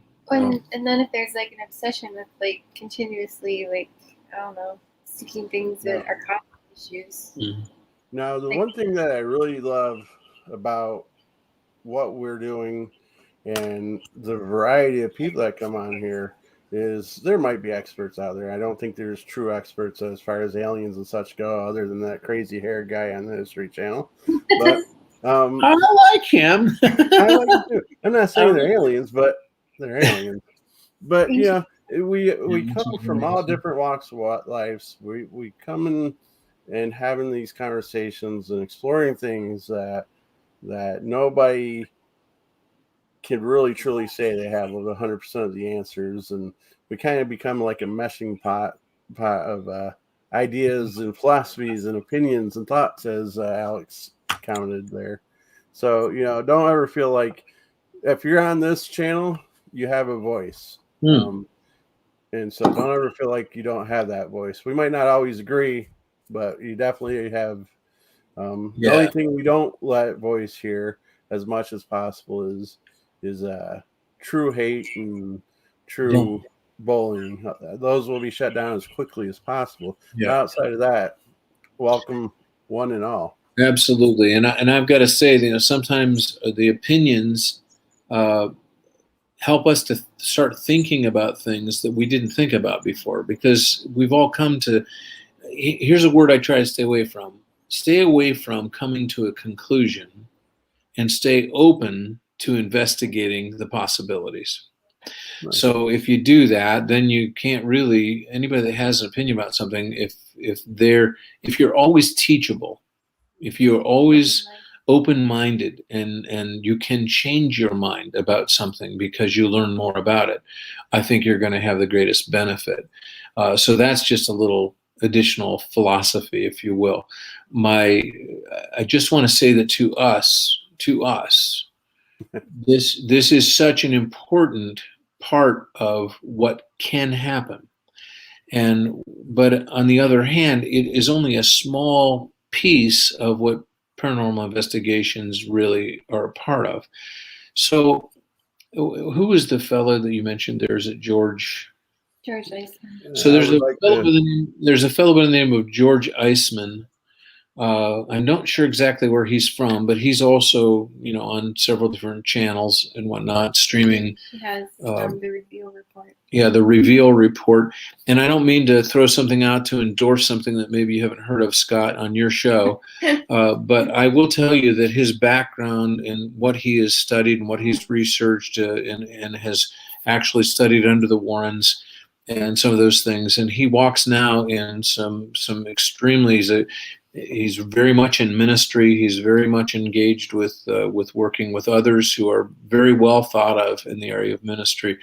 But his experiences are extremely good. I mean, those are the kind of people maybe you want to look at, reaching out to. Maybe you can get some on your program at some point in time. These are. But he worked with Lorraine. Yeah, he worked with Lorraine Warren, and the last program that I watched of him, he and Jess were on. That's his own. That's on the Reveal Report. Was out of New Orleans, so they were there where you're dealing with a lot of the hoodoo and voodoo and witchcraft, and so when I say that, I'm not talking about the white witches and pantheology. I'm talking about I'm not really even Wicca. And Wiccan is a part of religious faith that embraces more of a pantheology, the worship of nature, this kind of thing. I'm not discussing that. or an opinion about that. I'm talking about dark magic, curses, putting curses on people, hexes, whatever the case might be. And he has dealt a lot with that in his history. So he actually went through a period of Right. dark occult. His own involvement in that. So yeah. I want to say hello to you, Pedro, before your comment gets lost in there. Hi, Pedro. Yeah, I just the alien threw my mind off. Yeah, you know, I would love to have people like that on the show. Once again, I like the broad range of who I've had on here, from people from MUFON and other paranormal teams, you guys, other team members. Adam, you know, he was an excellent guest. So, and then we throw Jay on once in a while, and that's okay. That's our filler. Well, I wouldn't call Jay a filler. The experiences that you guys have had over the years, especially from the very foundations of your group and the group that we've tied to, they're worth sharing with everybody, you know. And I like the camaraderie that comes from it, you know, especially with the various groups, Matt, and some of the others that are out there all over the map. And now Jennifer there, and I think Jamestown or wherever. I just, it's encouraging to me to see that people are very, very much a part of this and have an openness to each other, because that's really, really important. You're no cupcake filler. No, sir, Jason, you're not. You might be a cupcake, but you're no cupcake filler. How's that? So, I mean, I don't know if we've answered, you know, anybody's questions or anything else. Our kitty cat's on the table now, so we had a idea for a show, and we kind of touched on it. Mm-hmm. The questions led us a few different ways, which is fine. That's what they're here for. Mm-hmm. Lee. Yes. So, and Lee is mentioning about the whole use of anointing oil. I use this constantly. You know this, Scott, from the one that we were just on together. You know, anoint the doorposts, the threshold. You know, any place, and what is the purpose in it? Again, you know, for some people, these things may seem to be superstitious. For me, they have some strong evidence. Like it or lump it, in the Bible, the use of these things is pretty common, right up to and including the Lord telling the people of Israel to put the blood over on the doorposts to prevent judgment from coming to their house, so that the Lord would pass over, where we get that word, those families that were his own, in order to bring judgment in Egypt. I think there are countless examples of anointing and oil being used throughout not just the Bible that we have and that we know, but also through extra biblical literature, other books that didn't make the cut when it comes to the Bible. There are many, many, many examples of things, and again, it's a subject that we don't really want to get into too heavily, because we could be here all night doing that. But they are things that we're going to attempt to cover over on Dr. Dale on Deck. I'm not trying to promote that over and over again, but I just want to say, left it on the bottom down there for you. Yeah, that may be the proper place for us to really just kind of teach on those things and help people. And again, I want to tell you right now that I don't put myself forth as an expert on everything, but there are some things that, you know, God has me doing, and I just want to be sure that I'm being used in the right way there. Let's see here. A zombie. Yeah. A zombie. Zombie dog. This is a hat that Jay made me. Nice. That's really sharp. I like that. Little small for my walnut head, but so Jennifer, I appreciate it. Jennifer asked a question about the book. The book was written as I throw it on the floor. You didn't see that. The book is called Radical Vessels: A Cry to the 21st Century Church. It is a look at, from my perspective at that time, and a lot has changed in my life. I'm just straight up with you. Went through a divorce, so you'll see that from that. That was many years ago now. But I wanted to say that book, though, the focus of that book is on really speaking to the life of the Christian church and saying, hey, what the heck is wrong here that people really don't embrace the issues of faith any longer? What is it about the church that we need to examine, and why people run the other way? Why is it so many? And my survey showed that most people were not a part of a church gathering because of how they were treated or how they saw other people being treated by each other, that kind of thing. But I really address a lot of specific things there. More importantly than that book, which came out in Zulon Press back in 2005, it's available on Amazon and Books A Million and all the different websites. Even more importantly, and it will touch on some of the work that we've done in the past 13 years, I'm working on a book called Radical Grace. And the purpose of this is really to address some of these things, and we'll kind of weave some of these stories into that book as it comes to fruition. And we're not sure of the publisher just yet. Zulon Press published the first book, and we may look at the same thing this time, maybe something else. I don't know. But thank you for the question. I agree. Amazon.com. So I would have to say that I disagree.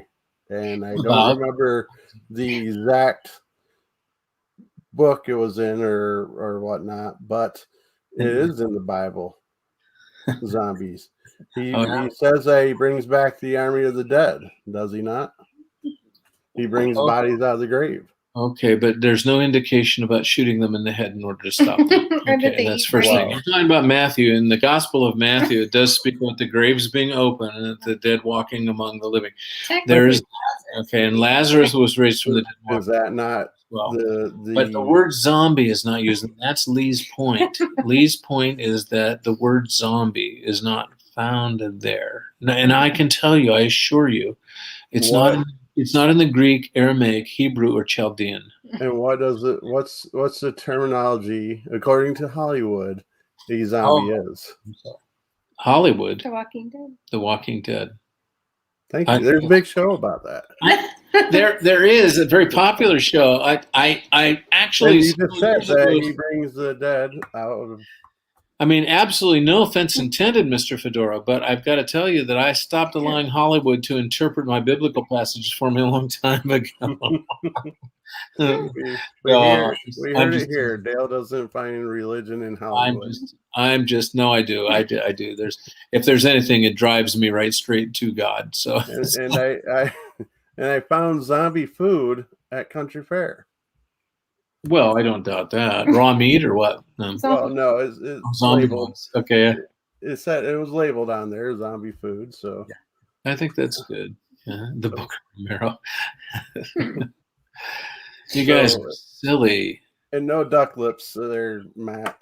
I think we're getting a little crazy in the show. And I was gonna ask you, sir. Speaking of crazy. What went through your mind when Steph asked you to bless our car? Do you remember that? Well, I do. And what went through my mind? I've blessed a lot of cars over the years. It's kind of interesting. So, quick story. First trip. Is there such a thing with you, sir? What's that? quick story. First trip to East Africa. Going on the Rift Valley Road. There's two roads, upper road, lower road. We were on the upper road, headed close to Nakuru, and had a major breakdown of the vehicle that we were in, and had to pull into a little entryway to Wildlife Park. And it was there that we literally laid hands on the vehicle and prayed for the vehicle. It started, and we went the remaining 4 hours of the journey with no trouble. So nice. I don't know how to explain that, but it's the cheapest mechanic I've ever seen. Is that you just simply lay hands on it and it gets okay. So I could go for zombie Skittles. Zombie Skittles. Well, they're all green and black. I don't know. The food I was thinking of was some kind of chocolate covered strawberry type dessert. So It was Halloween stuff. Oh, Halloween. Halloween But- is for all the religious people out there that think that we shouldn't observe Halloween. I always say to them, you've got this thing all wrong. This thing kind of started with Christians. Okay, and that's important. It all ties together with the Reformation and yeah. Gray is All good, Saints bitter Day not and- so much. Well, now see, we're going down a different path here. My understanding was it started with the Druids and such. Yeah, I thought so too. Yeah, if you go back historically, you're absolutely correct. And then, like so many other things, Christians adapted certain things from paganisms and so forth, and turned it into something else, including when we celebrate Christmas and all of that. Yeah, and Easter. I mean, there are all kinds of things. Yeah, They're it's all great. pagan. It started pagan, but and has continued such among some groups. Yeah, no question about that. And I don't take anything away from that. I just simply say a lot of times, why the holidays are when they are, so that they wouldn't have to have more days off from work. They just simply drew all of those people, everybody, was off celebrating this pagan holiday. And they said, oh, let's make this our Christian holiday at the same time. That happened. That really happened. The only way we don't get paid for is Easter. That's true. It's because it's always on a Sunday. How's that? Well, no, like whenever the other holidays are on a weekend, you get paid we get anyways, a floating holiday. I'm sorry. So, is there anything that you'd like to touch on the topic of paranormal themes and religion, or you think we have a fair coverage of that for the night? Well, I don't know how much justice we did to the subject, but I do want to say, from my perspective on it, I'll just reiterate that from a Christian theological perspective, from that perspective alone, I see no reason why we would shy away from doing something that we were sent to do. And it really, really bothers me a lot when I hear people object to it. But then I think about it, and a lot of people object to the idea that God is still alive and breathing too, so that God is still doing things in this day. And there are a lot of religious people that believe that God stopped doing things 2,000 years ago and won't do things until he comes back. It's just, to me, that's beyond my ability to comprehend when I simply read the New Testament. I read it and, my goodness, it's living and breathing and all of these things are active. Then I see the evidences as well. Well, and there's paranormal stuff in the Bible, like when Jesus was walking on the water, was it Peter? Yes. That was like afraid he saw a ghost. And it's very interesting how many mentions, especially from Jewish tradition, from Hebrew tradition, how many mentions of that kind of things, those things there are, including what we would classically think of as superstitions today. So, but there's plenty of it. Why would they even talk about ghosts if they didn't have that kind of thing going on in that time? Why would why would Peter think he saw a ghost? That doesn't make any sense. I never even thought of that question. Mm-hmm.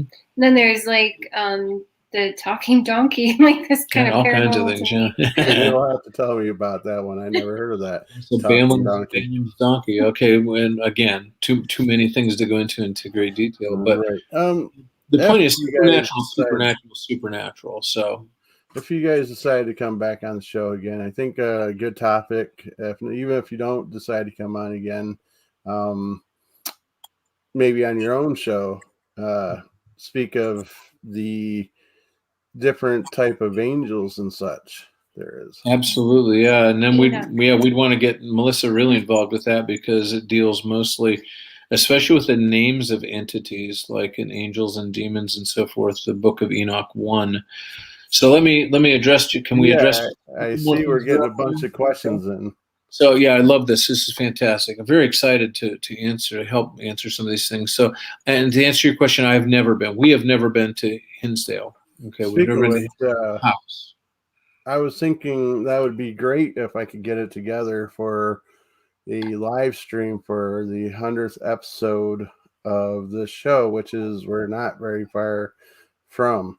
So, and you guys, of course, would have an open spot to be with us. So thank you for asking that, because now you guys are on notice. That is my intentions for the 100th show, is to try to get that booked up and on. So yeah. So I don't have a take on it. We don't have a take on it because we haven't been there. okay. But look forward to that opportunity. I've heard plenty and really would like to do that. I think that some of the things that are out there are just great opportunities and also great experiences and great time for fellowship and camaraderie as well. So I think that's good. Is it possible to see Jesus in visions? Of course. I believe that it is. I believe very strongly that it's possible to see the Lord in this time, and I believe that it's evidenced in so many places in the New Testament, for an example, where Jesus appeared to people in visions, where people who were, Stephen, for example, was being stoned to death, and he looked up and he saw Jesus in a vision.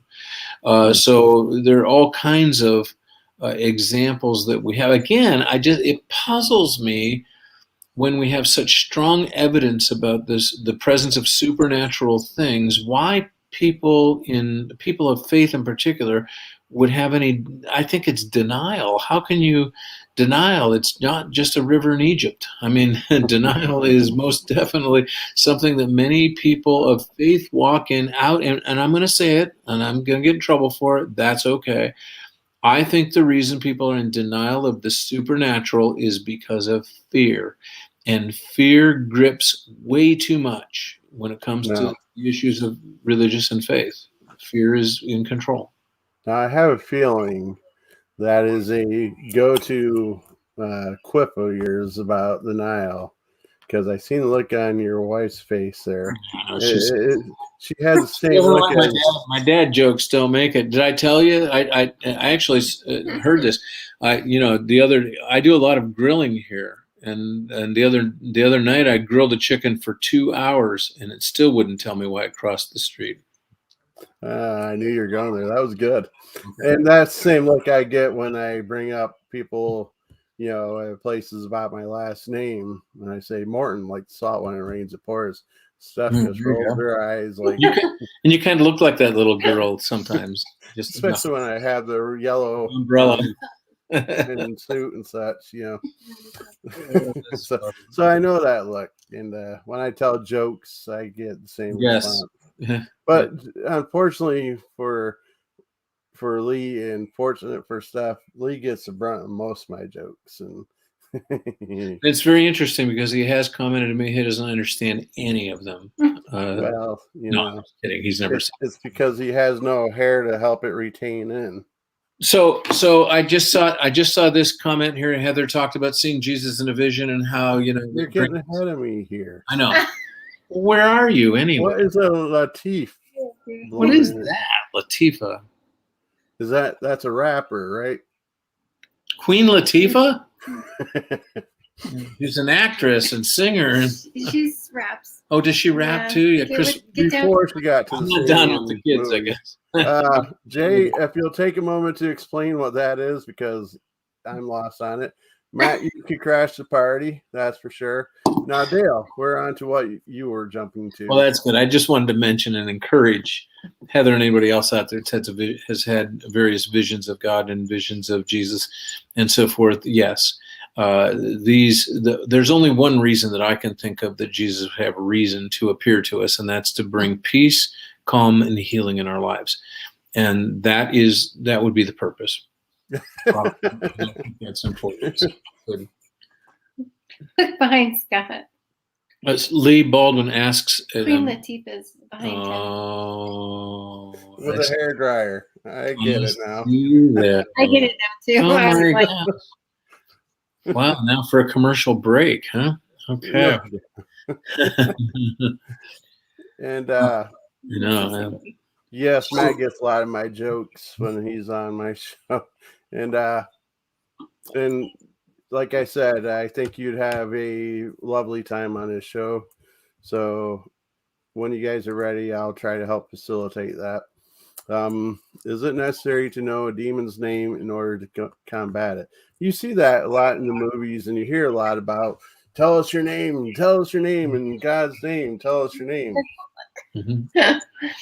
Yeah, so Ed Warren would say It is absolutely vital to define or to get them to say their name and so forth. I think that is one of the things that he teaches on it, and it has been traditionally taught um, in schools of exorcism, if you will, not just in Catholicism but elsewhere. That becomes an essential thing. But I want to be really careful about putting a blanket statement on that, because there's a difference between driving out, casting out, and stopping. So it is important that you understand that you can stop demonic activity at the name of Jesus. Period. Can you be rid of it completely? The jury's out in my thinking. I don't really understand all of that. My experience would say that you can cease the activity, stop the activity without necessarily having to define it or have its name. But it seems very effective, and it's also biblical. Jesus asked the name. Okay, so we have the demoniac and the Gadarenes. Okay, and you have this presentation of what appeared to be multiple demons functioning at the same time, because when Jesus says to them, "What is your name?" We are legion. The name that comes forth, we are legion. The plural legion, meaning many. And then they begged him. This is the important thing about the presence of Jesus. And before you say, well, but that was Jesus. No, Jesus said, I've given you all authority to go, therefore, and do these things. So we become actors on his behalf, if you will. That's the purpose of the calling. And Jesus simply said, when they said, what do we have to do with you? Do not harm us. Do not kill us. Do not destroy us. And Jesus, they asked to be released from the demoniac and go elsewhere. And Jesus cast them into, for whatever reason, I can tell you some reasons, the herd of swine or pigs, who then, marched down the hill and were drowned in the water. So, but there's so much symbolism here that's going on, okay, because of the prohibition of the Hebrew children from eating any unclean kind of meat, including pork. And so there's a symbolism in this thing that these demons were unclean spirits cast into an unclean animal and then destroyed. So there's a religious significance in it to the hearers, which would have been predominantly Hebrew people listening to what Jesus was teaching. So again, you'll find with me anyways, that it's extremely important to be contextual in every respect. We have to be, when we read the Bible, we need to keep it in its context. We need to look at it historically and grammatically in context in order to understand it. And so I want to know the story, but I want to know the story behind the story. And I think that's the reason when you're doing an investigation, for example, you want the story, but you also want the story behind the story. Okay, so you're having these experiences in your house. I'm thinking of one person that I was referred to by you guys, actually, who had been dealing with all of these visitors of ghosts or whatever in the house, and basically keeping them up all night, not being able to sleep, not being able to function in life. An older gentleman, and I said, I asked him if he was afraid of any of it. No, not at all. Didn't even mind their visits. Just wanted to get some sleep. Right. So we had to address that, with those entities. But were those demonic? I don't think so. I mean, it didn't seem like that was the case. They weren't causing this person harm or looking to destroy him. You have to remember, the thief, being the enemy, the devil, Lucifer, Satan, whatever name, Beelzebub, there are a million names, comes to steal, to kill, and to destroy. And then Jesus said, I have come that you might have life and have it to the full. Now, I believe in his situation, that's just when his house is quiet and they could reach out to him, and he'd be more acceptable. Because Right. throughout the day, he's got people there and such, and things take his attention. Awesome. So I believe 100% you're correct that it was just good time for them to reach out to him. Yes, He disagreed with that, but and so I think, continuing that question about naming names, I think that absolutely I agree. The greatest success, the greatest effectiveness is when we're able to get right down to it and identify things. But when you really get down to the names of things, now you have to go outside of the Old or New Testament, or even much of the apocryphal literature in the Catholic Bible. You have to delve into things like Enoch 1 in order to get names. The first book of Enoch is what I mean by that. In order to start to find the names of placeholders within the kingdom, both of light and darkness. So now you deal with angelic, and you deal with the various angels' names, and you deal with demonic strongholds and the generals and the other officers in those camps. I mean, it gets pretty heavy. I mean, there's heaviness to this. This is not just something lightweight.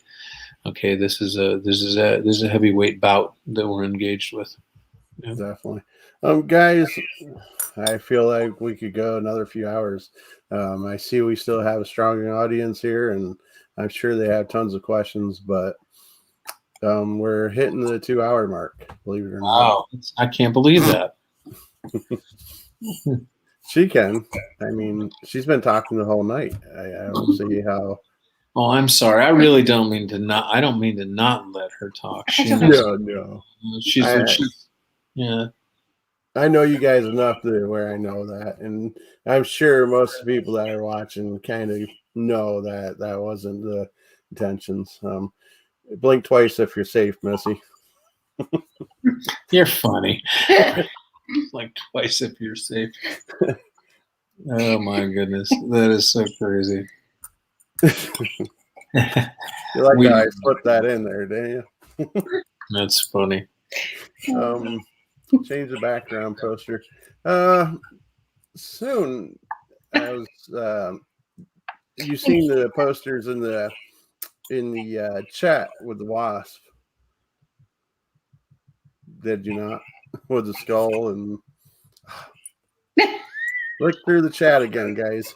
But it's for the group, and I plan on getting some made up, and that'll be on the wall.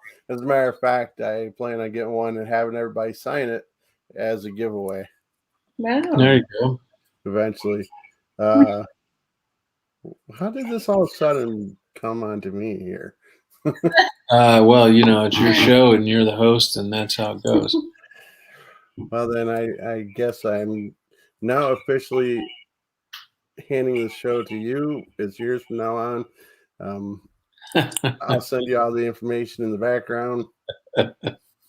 You're funny, Scott, when are you going to have that amazing paranormal consultant, Matt, back on?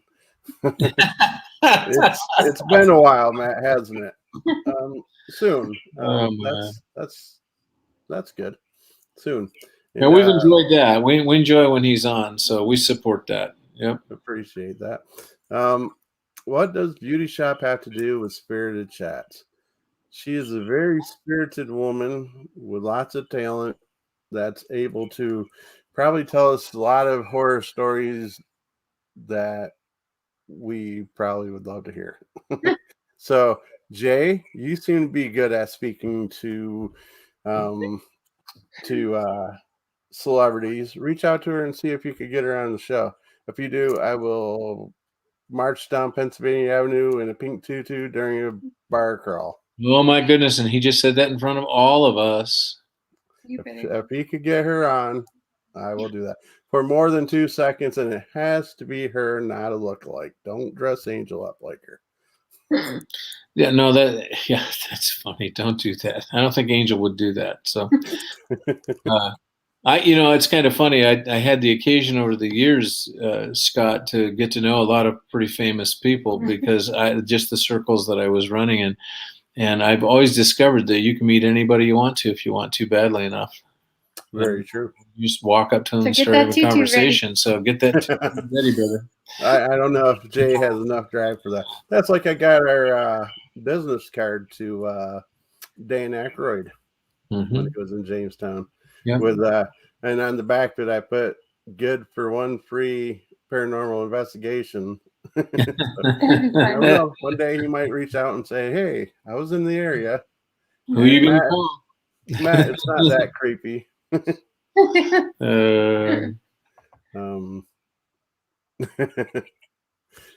you know that maybe you could speak with her tonight and see what I don't know. She might not speak to him at all now.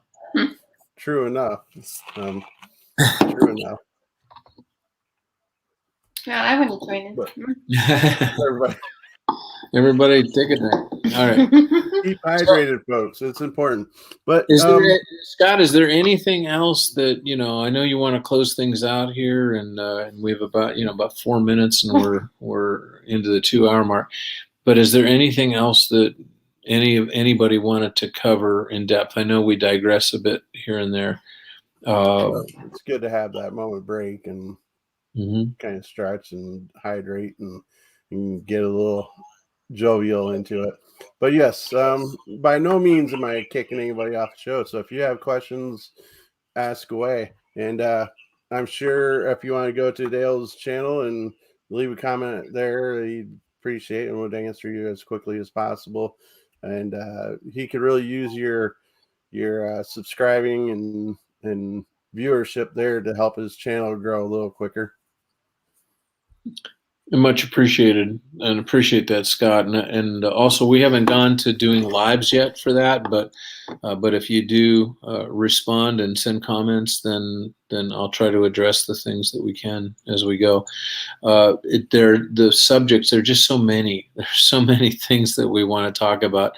But one of the big things Melissa's always trying to get me to do with the channel, one of the things that she's always trying to get me to do is talk about the things that people don't know are in the Bible, where things originate from, where they started from. And so it's a fun part of what I do, is the opportunity to really kind of share some of those. The things that never get taught. Nobody teaches them, but yet they're there.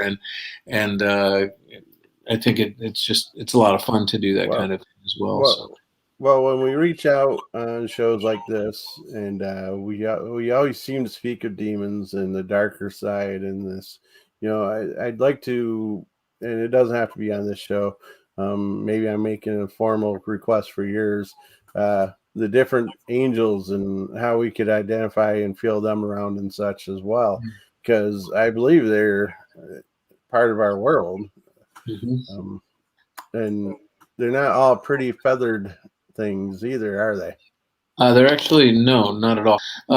So real quick look-see, here's what I believe about all of those things in a nutshell. Okay, so I think that Lucifer was an archangel who was engaged with the worship before the throne of God, wanted to be like God, wanted to be worshipped himself, was cast out of heaven, and a third of the angels were cast out of heaven with him, and those angels became the demonic entities that are at work right now. What we have to remember about them is that they are created beings. I don't believe that they spawn, that they continue to grow in number. There's a limited number, and I believe that the authority that the believer has over those limited number of demonic entities, that authority is very real. The angels, on the other hand, comprise 2/3 of those created beings that are in heaven, and therefore, guess who's outnumbered? And that's an important thing. Yeah. So, you said it. How do you explain the Nephilim? Yeah, well, I'm not going to explain the Nephilim, and we're going to talk about that. You know a lot more about it than I do, so in all honesty, so yeah. And that's why she's sitting there like the cat that ate the bird there. I know, yeah. Now, is that where God ordered the oh shoot, it was there somewhere for a second about people are upset because God asked for women and children to be killed as well as the men, and they said, well, how can that be? Now, these were the spawn from unholy alliances with angels and such and humans, right? Genesis 6:1. Mm-hmm. The fallen angels got together with the sons of man, daughter. Got together with the daughters of men, which are human women, and they procreated, and then they had children, which are the Nephilim, and that's why we had the flood. All right. The great flood. So, and it's an incredibly in-depth book. See, Enoch. And primarily the details of which are described in the Book of Enoch. So, in the Book of Watcher. here's my theory. My theory about why we don't know some of this stuff. Again, I'm going to say this one more time. I think that it has to do with the fear, and the lack of understanding creates fear of reading about and studying about things that we've never been brought up to hear. I mean, who went to Sunday school and learned about the Nephilim? Nobody. Okay. And why is that when it's clearly in the Bible? I mean, the Bible we have has this description, Genesis chapter 6. And then we keep reading throughout the New Testament about how the days that we're moving toward are days like such as were in the days of Noah. So now we're talking about something that is so closely akin to it, the closer that we get to the end of all things, or the culmination of everything. I just think that it's really important not to scare people, not to frighten people, but to have knowledge so you have confidence. And back to what you were talking about, Scott, understand that the army of God and all of his creation is so much more powerful and so much bigger than anything but the problem is that it's not as noisy as the demonic forces. So we could just talk about this all night, but go back to the things that Matt was talking about, the issue of identifying those demonic beings. Why? Because it helps to prove their smallness. Are they powerful? Are they to be respected and revered and so forth? Of course, but the issue is that we have authority because all authority has been given to us. So would we like to share your information? Oh yeah. Completely unrelated. It's just Scentsy. It's just me, talking about Scentsy stuff. So it's just under Melissa Johnson. That's all. Don't undersell yourself. You're even me who don't buy Scentsy and such. I enjoy. What's that? We don't understand why you're not a customer. Did you see the haunted house, Scott? Last thing I truly seen was pumpkin warmers, was it? Oh yeah, that's coming out. But it's in my background. Yeah, see if we can see it in the background. We're going on an adventure. See that? No, that's pretty cool. See now, maybe you have just converted me into a Scentsy guy. You're a believer. Testify. But anyways, join. Yeah, I'm really serious. Now, maybe you're not really into all the wax melting and all that stuff, but watch her channel because she's enthusiastic and encouraging and helpful, and it's just so wild. Because otherwise, my wife is one of the shyest people that you ever wanted to meet in your life, but boy, she gets on that show and man, there's no shyness going on there. She really knows her stuff. So, and you must be doing something right because your numbers are growing exceptionally well. Thank you. So it better. We'll do everything we possibly can, Jay. When we're thinking of doing the free Spirit Fedora video. Oh my goodness! That's quite sure free spirited. The poster we were talking about. Great question. Do you think the translation plays a role in not understanding, losing information through history? So, boy, I like you. I'm telling you right now, you gotta watch my channel. One of the things that I harp on and will all of my natural life is that so much of what we believe and so much of what we follow in faith today is a direct result of, listen carefully, the westernization of Christian faith, or any faith for that matter.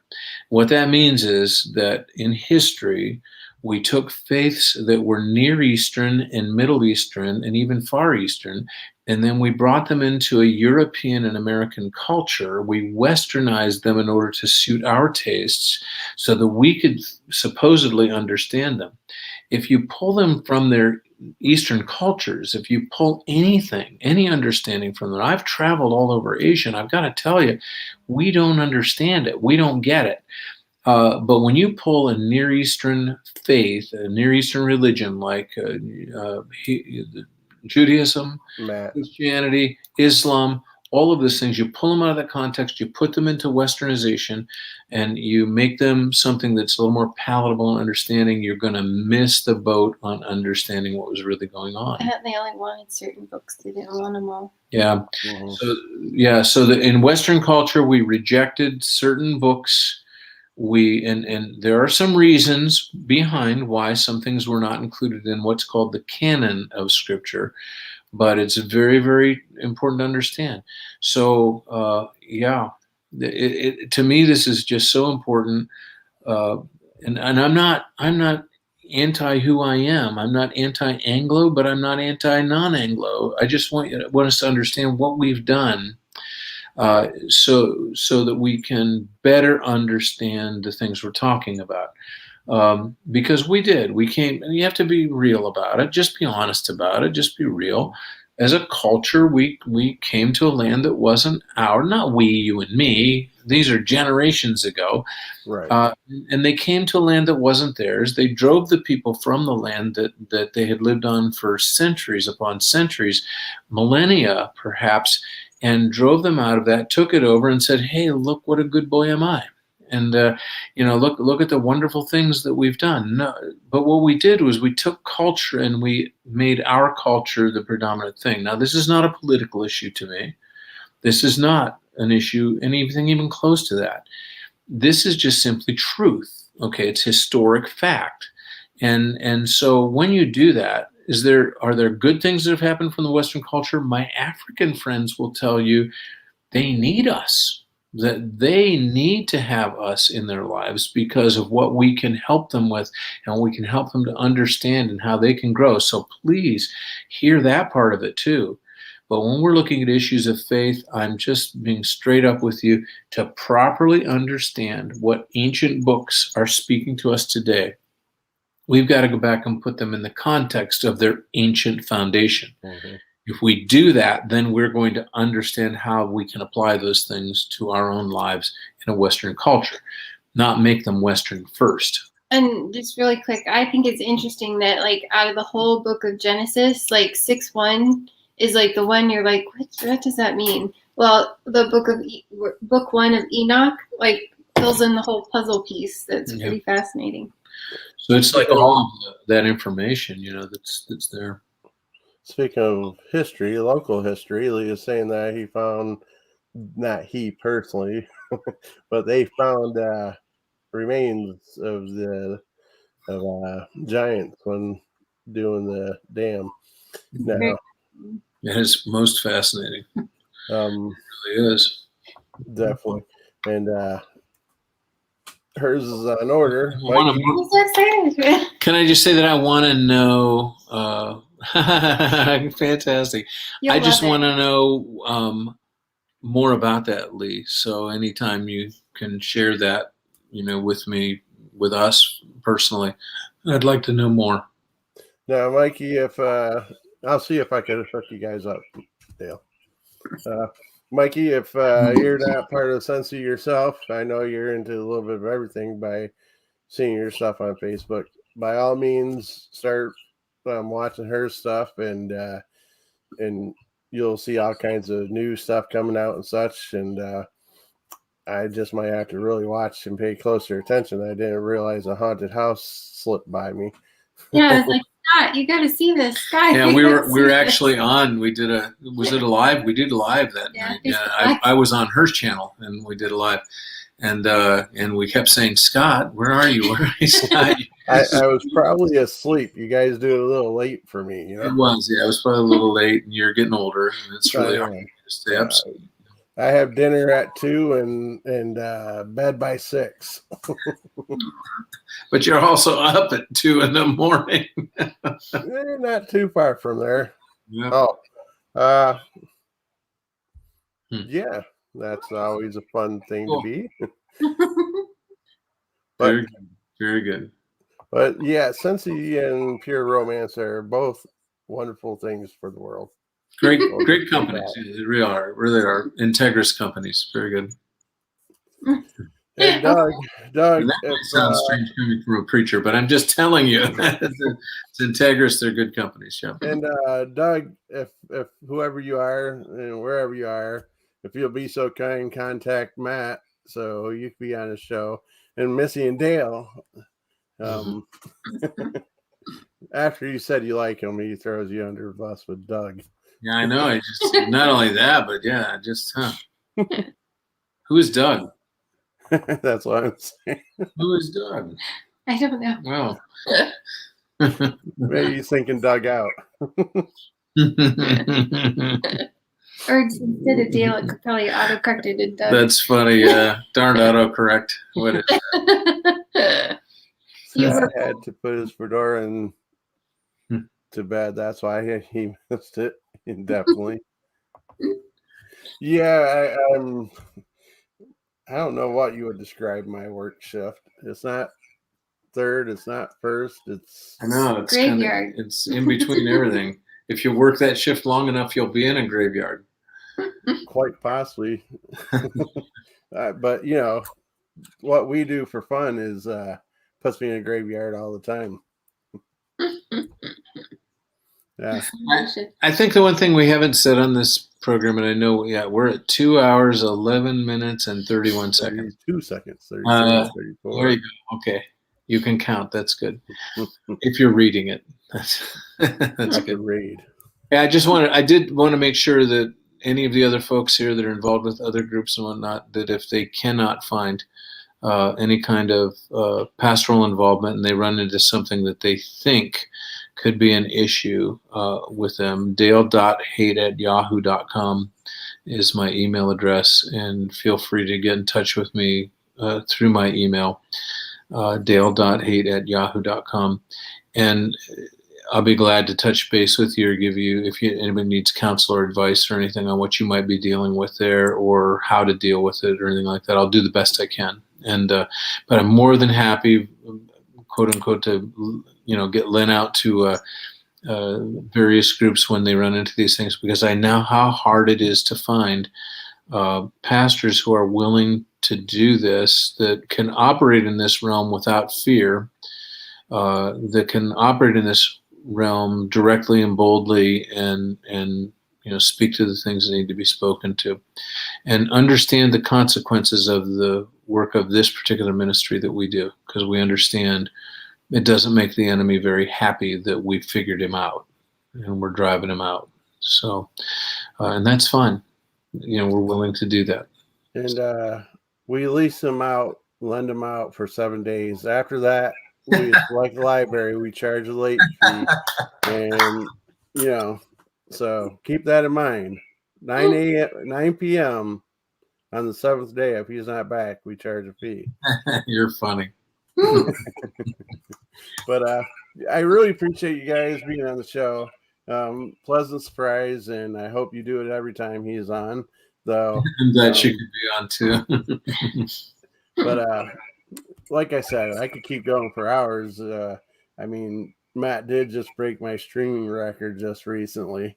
Then I spooked him by thinking that I was going to play 10 hours of the final countdown, but I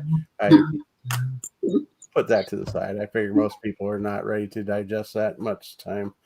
No, so I'm not. No, you wouldn't want to listen to 10 hours of the final countdown. No. Anyways, so you're not as adventurous as some of us, I guess. But like I said, I'm sure the show could keep going for a while longer, but I think the wise people have said, leave them wanting more. There you go. No, it's been quite a while since I was on, so it's a privilege to be back, Scott, and to help out. Always look forward to this. Again, I think that what you're doing here on this channel and on this show is just is fantastic. I think that the more awareness. I'll speak to one more thing if you don't mind. Okay, Mind, this is just important. in What the we lineup, do. You don't mind me saying, that's a bad pun there, Matt. Just, you must be getting tired from working and smelling all those pizza fumes. That's it. Yeah. Go ahead, Dale. So all I wanted to say was this. I don't know about you guys, but I get a little weary of watching some program on TV. And I mean no offense by this, but I watch a program on TV where everything is feels like it's kind of being put up. In other words, I don't know about you guys, but and you can have opinions of everything. Please don't be mad at me if your opinion differs from me. We can still be friends, okay? But it has always bothered me that you watch these shows where they're trying to find something out in the woods in the middle of the night, and they hear sounds, but we never see anything. And it goes on for like 6 or 7 or 10 seasons, of not seeing anything but hearing noises. Have you ever? Be careful, I know I will. Really I know she did. I'm not denying anything about it because I don't have an experience. But I just say she's gonna come and give you her view tonight. Okay, but here's the thing: don't you just want to see the sucker? I mean, come on! It's like I just want to do more than hear. So I've spent a good number of nights in the woods, and a few of them by myself, in the woods in the middle of the night. There are sounds. Why? There aren't, because I just did. As a hunter and as a camper over the years, and there are noises and sounds in the night, and they sound pretty crazy and creepy. They're usually deer and coyotes and things like that out there, And that's what happens. That's when you go home. And here's what I want to say about it. This is not any denial or doubt about anything, because if you believe those things are so, that's fine. You're allowed to do that, of course. But what I'm saying is that when we're dealing with these things, sometimes you just have to understand the genuine. It's not artificial. It's not fake. These things really can happen, and can the imagination get carried away? Sure, but then once in a while, something is very real, and it just happens to be this subject that we're on, and the things that paranormal investigators are involved with. It's a lot of fun, and it should be a lot of fun, and people should have a lot of fun doing it. But you know what? Sometimes stuff is real. Remember, it's parallel. It's running 2 spheres at the same time. So sorry to turn it back to a serious note, but I just want to say you have to realize this is reality. Talk about reality TV. This is reality. This stuff really happens. Well, it's like when we were out in Pithole, me and Lee, we got out of there pretty quickly when I seen coyotes. Yeah. Those eyes, So I know what you mean by they could be coyotes. And I had one walk right up to me. Lee knew I was coming to this. Lee knew I was going to go there. Scott's afraid of deer. Me too. He knows me too well. He knew I was heading that direction. I love it. I had a coyote come right up to me one night in the woods. I mean, right within 3 feet of me. Yeah, they can be pretty gnarly. They're also really fast because all I did was move, and he bolted through the woods. Yeah. Crazy. So anyway, I just wanted to say it's so good to be with you, and it's great to be involved and engaged with real stuff going on. Yeah, and I think our group does pretty well with we do a lot of fun things with like the cemeteries, pit hole and such.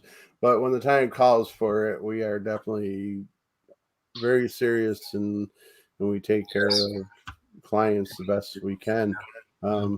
Like we've said before, it might not be real to us, but it's definitely real to them. So we do what we can to help them out.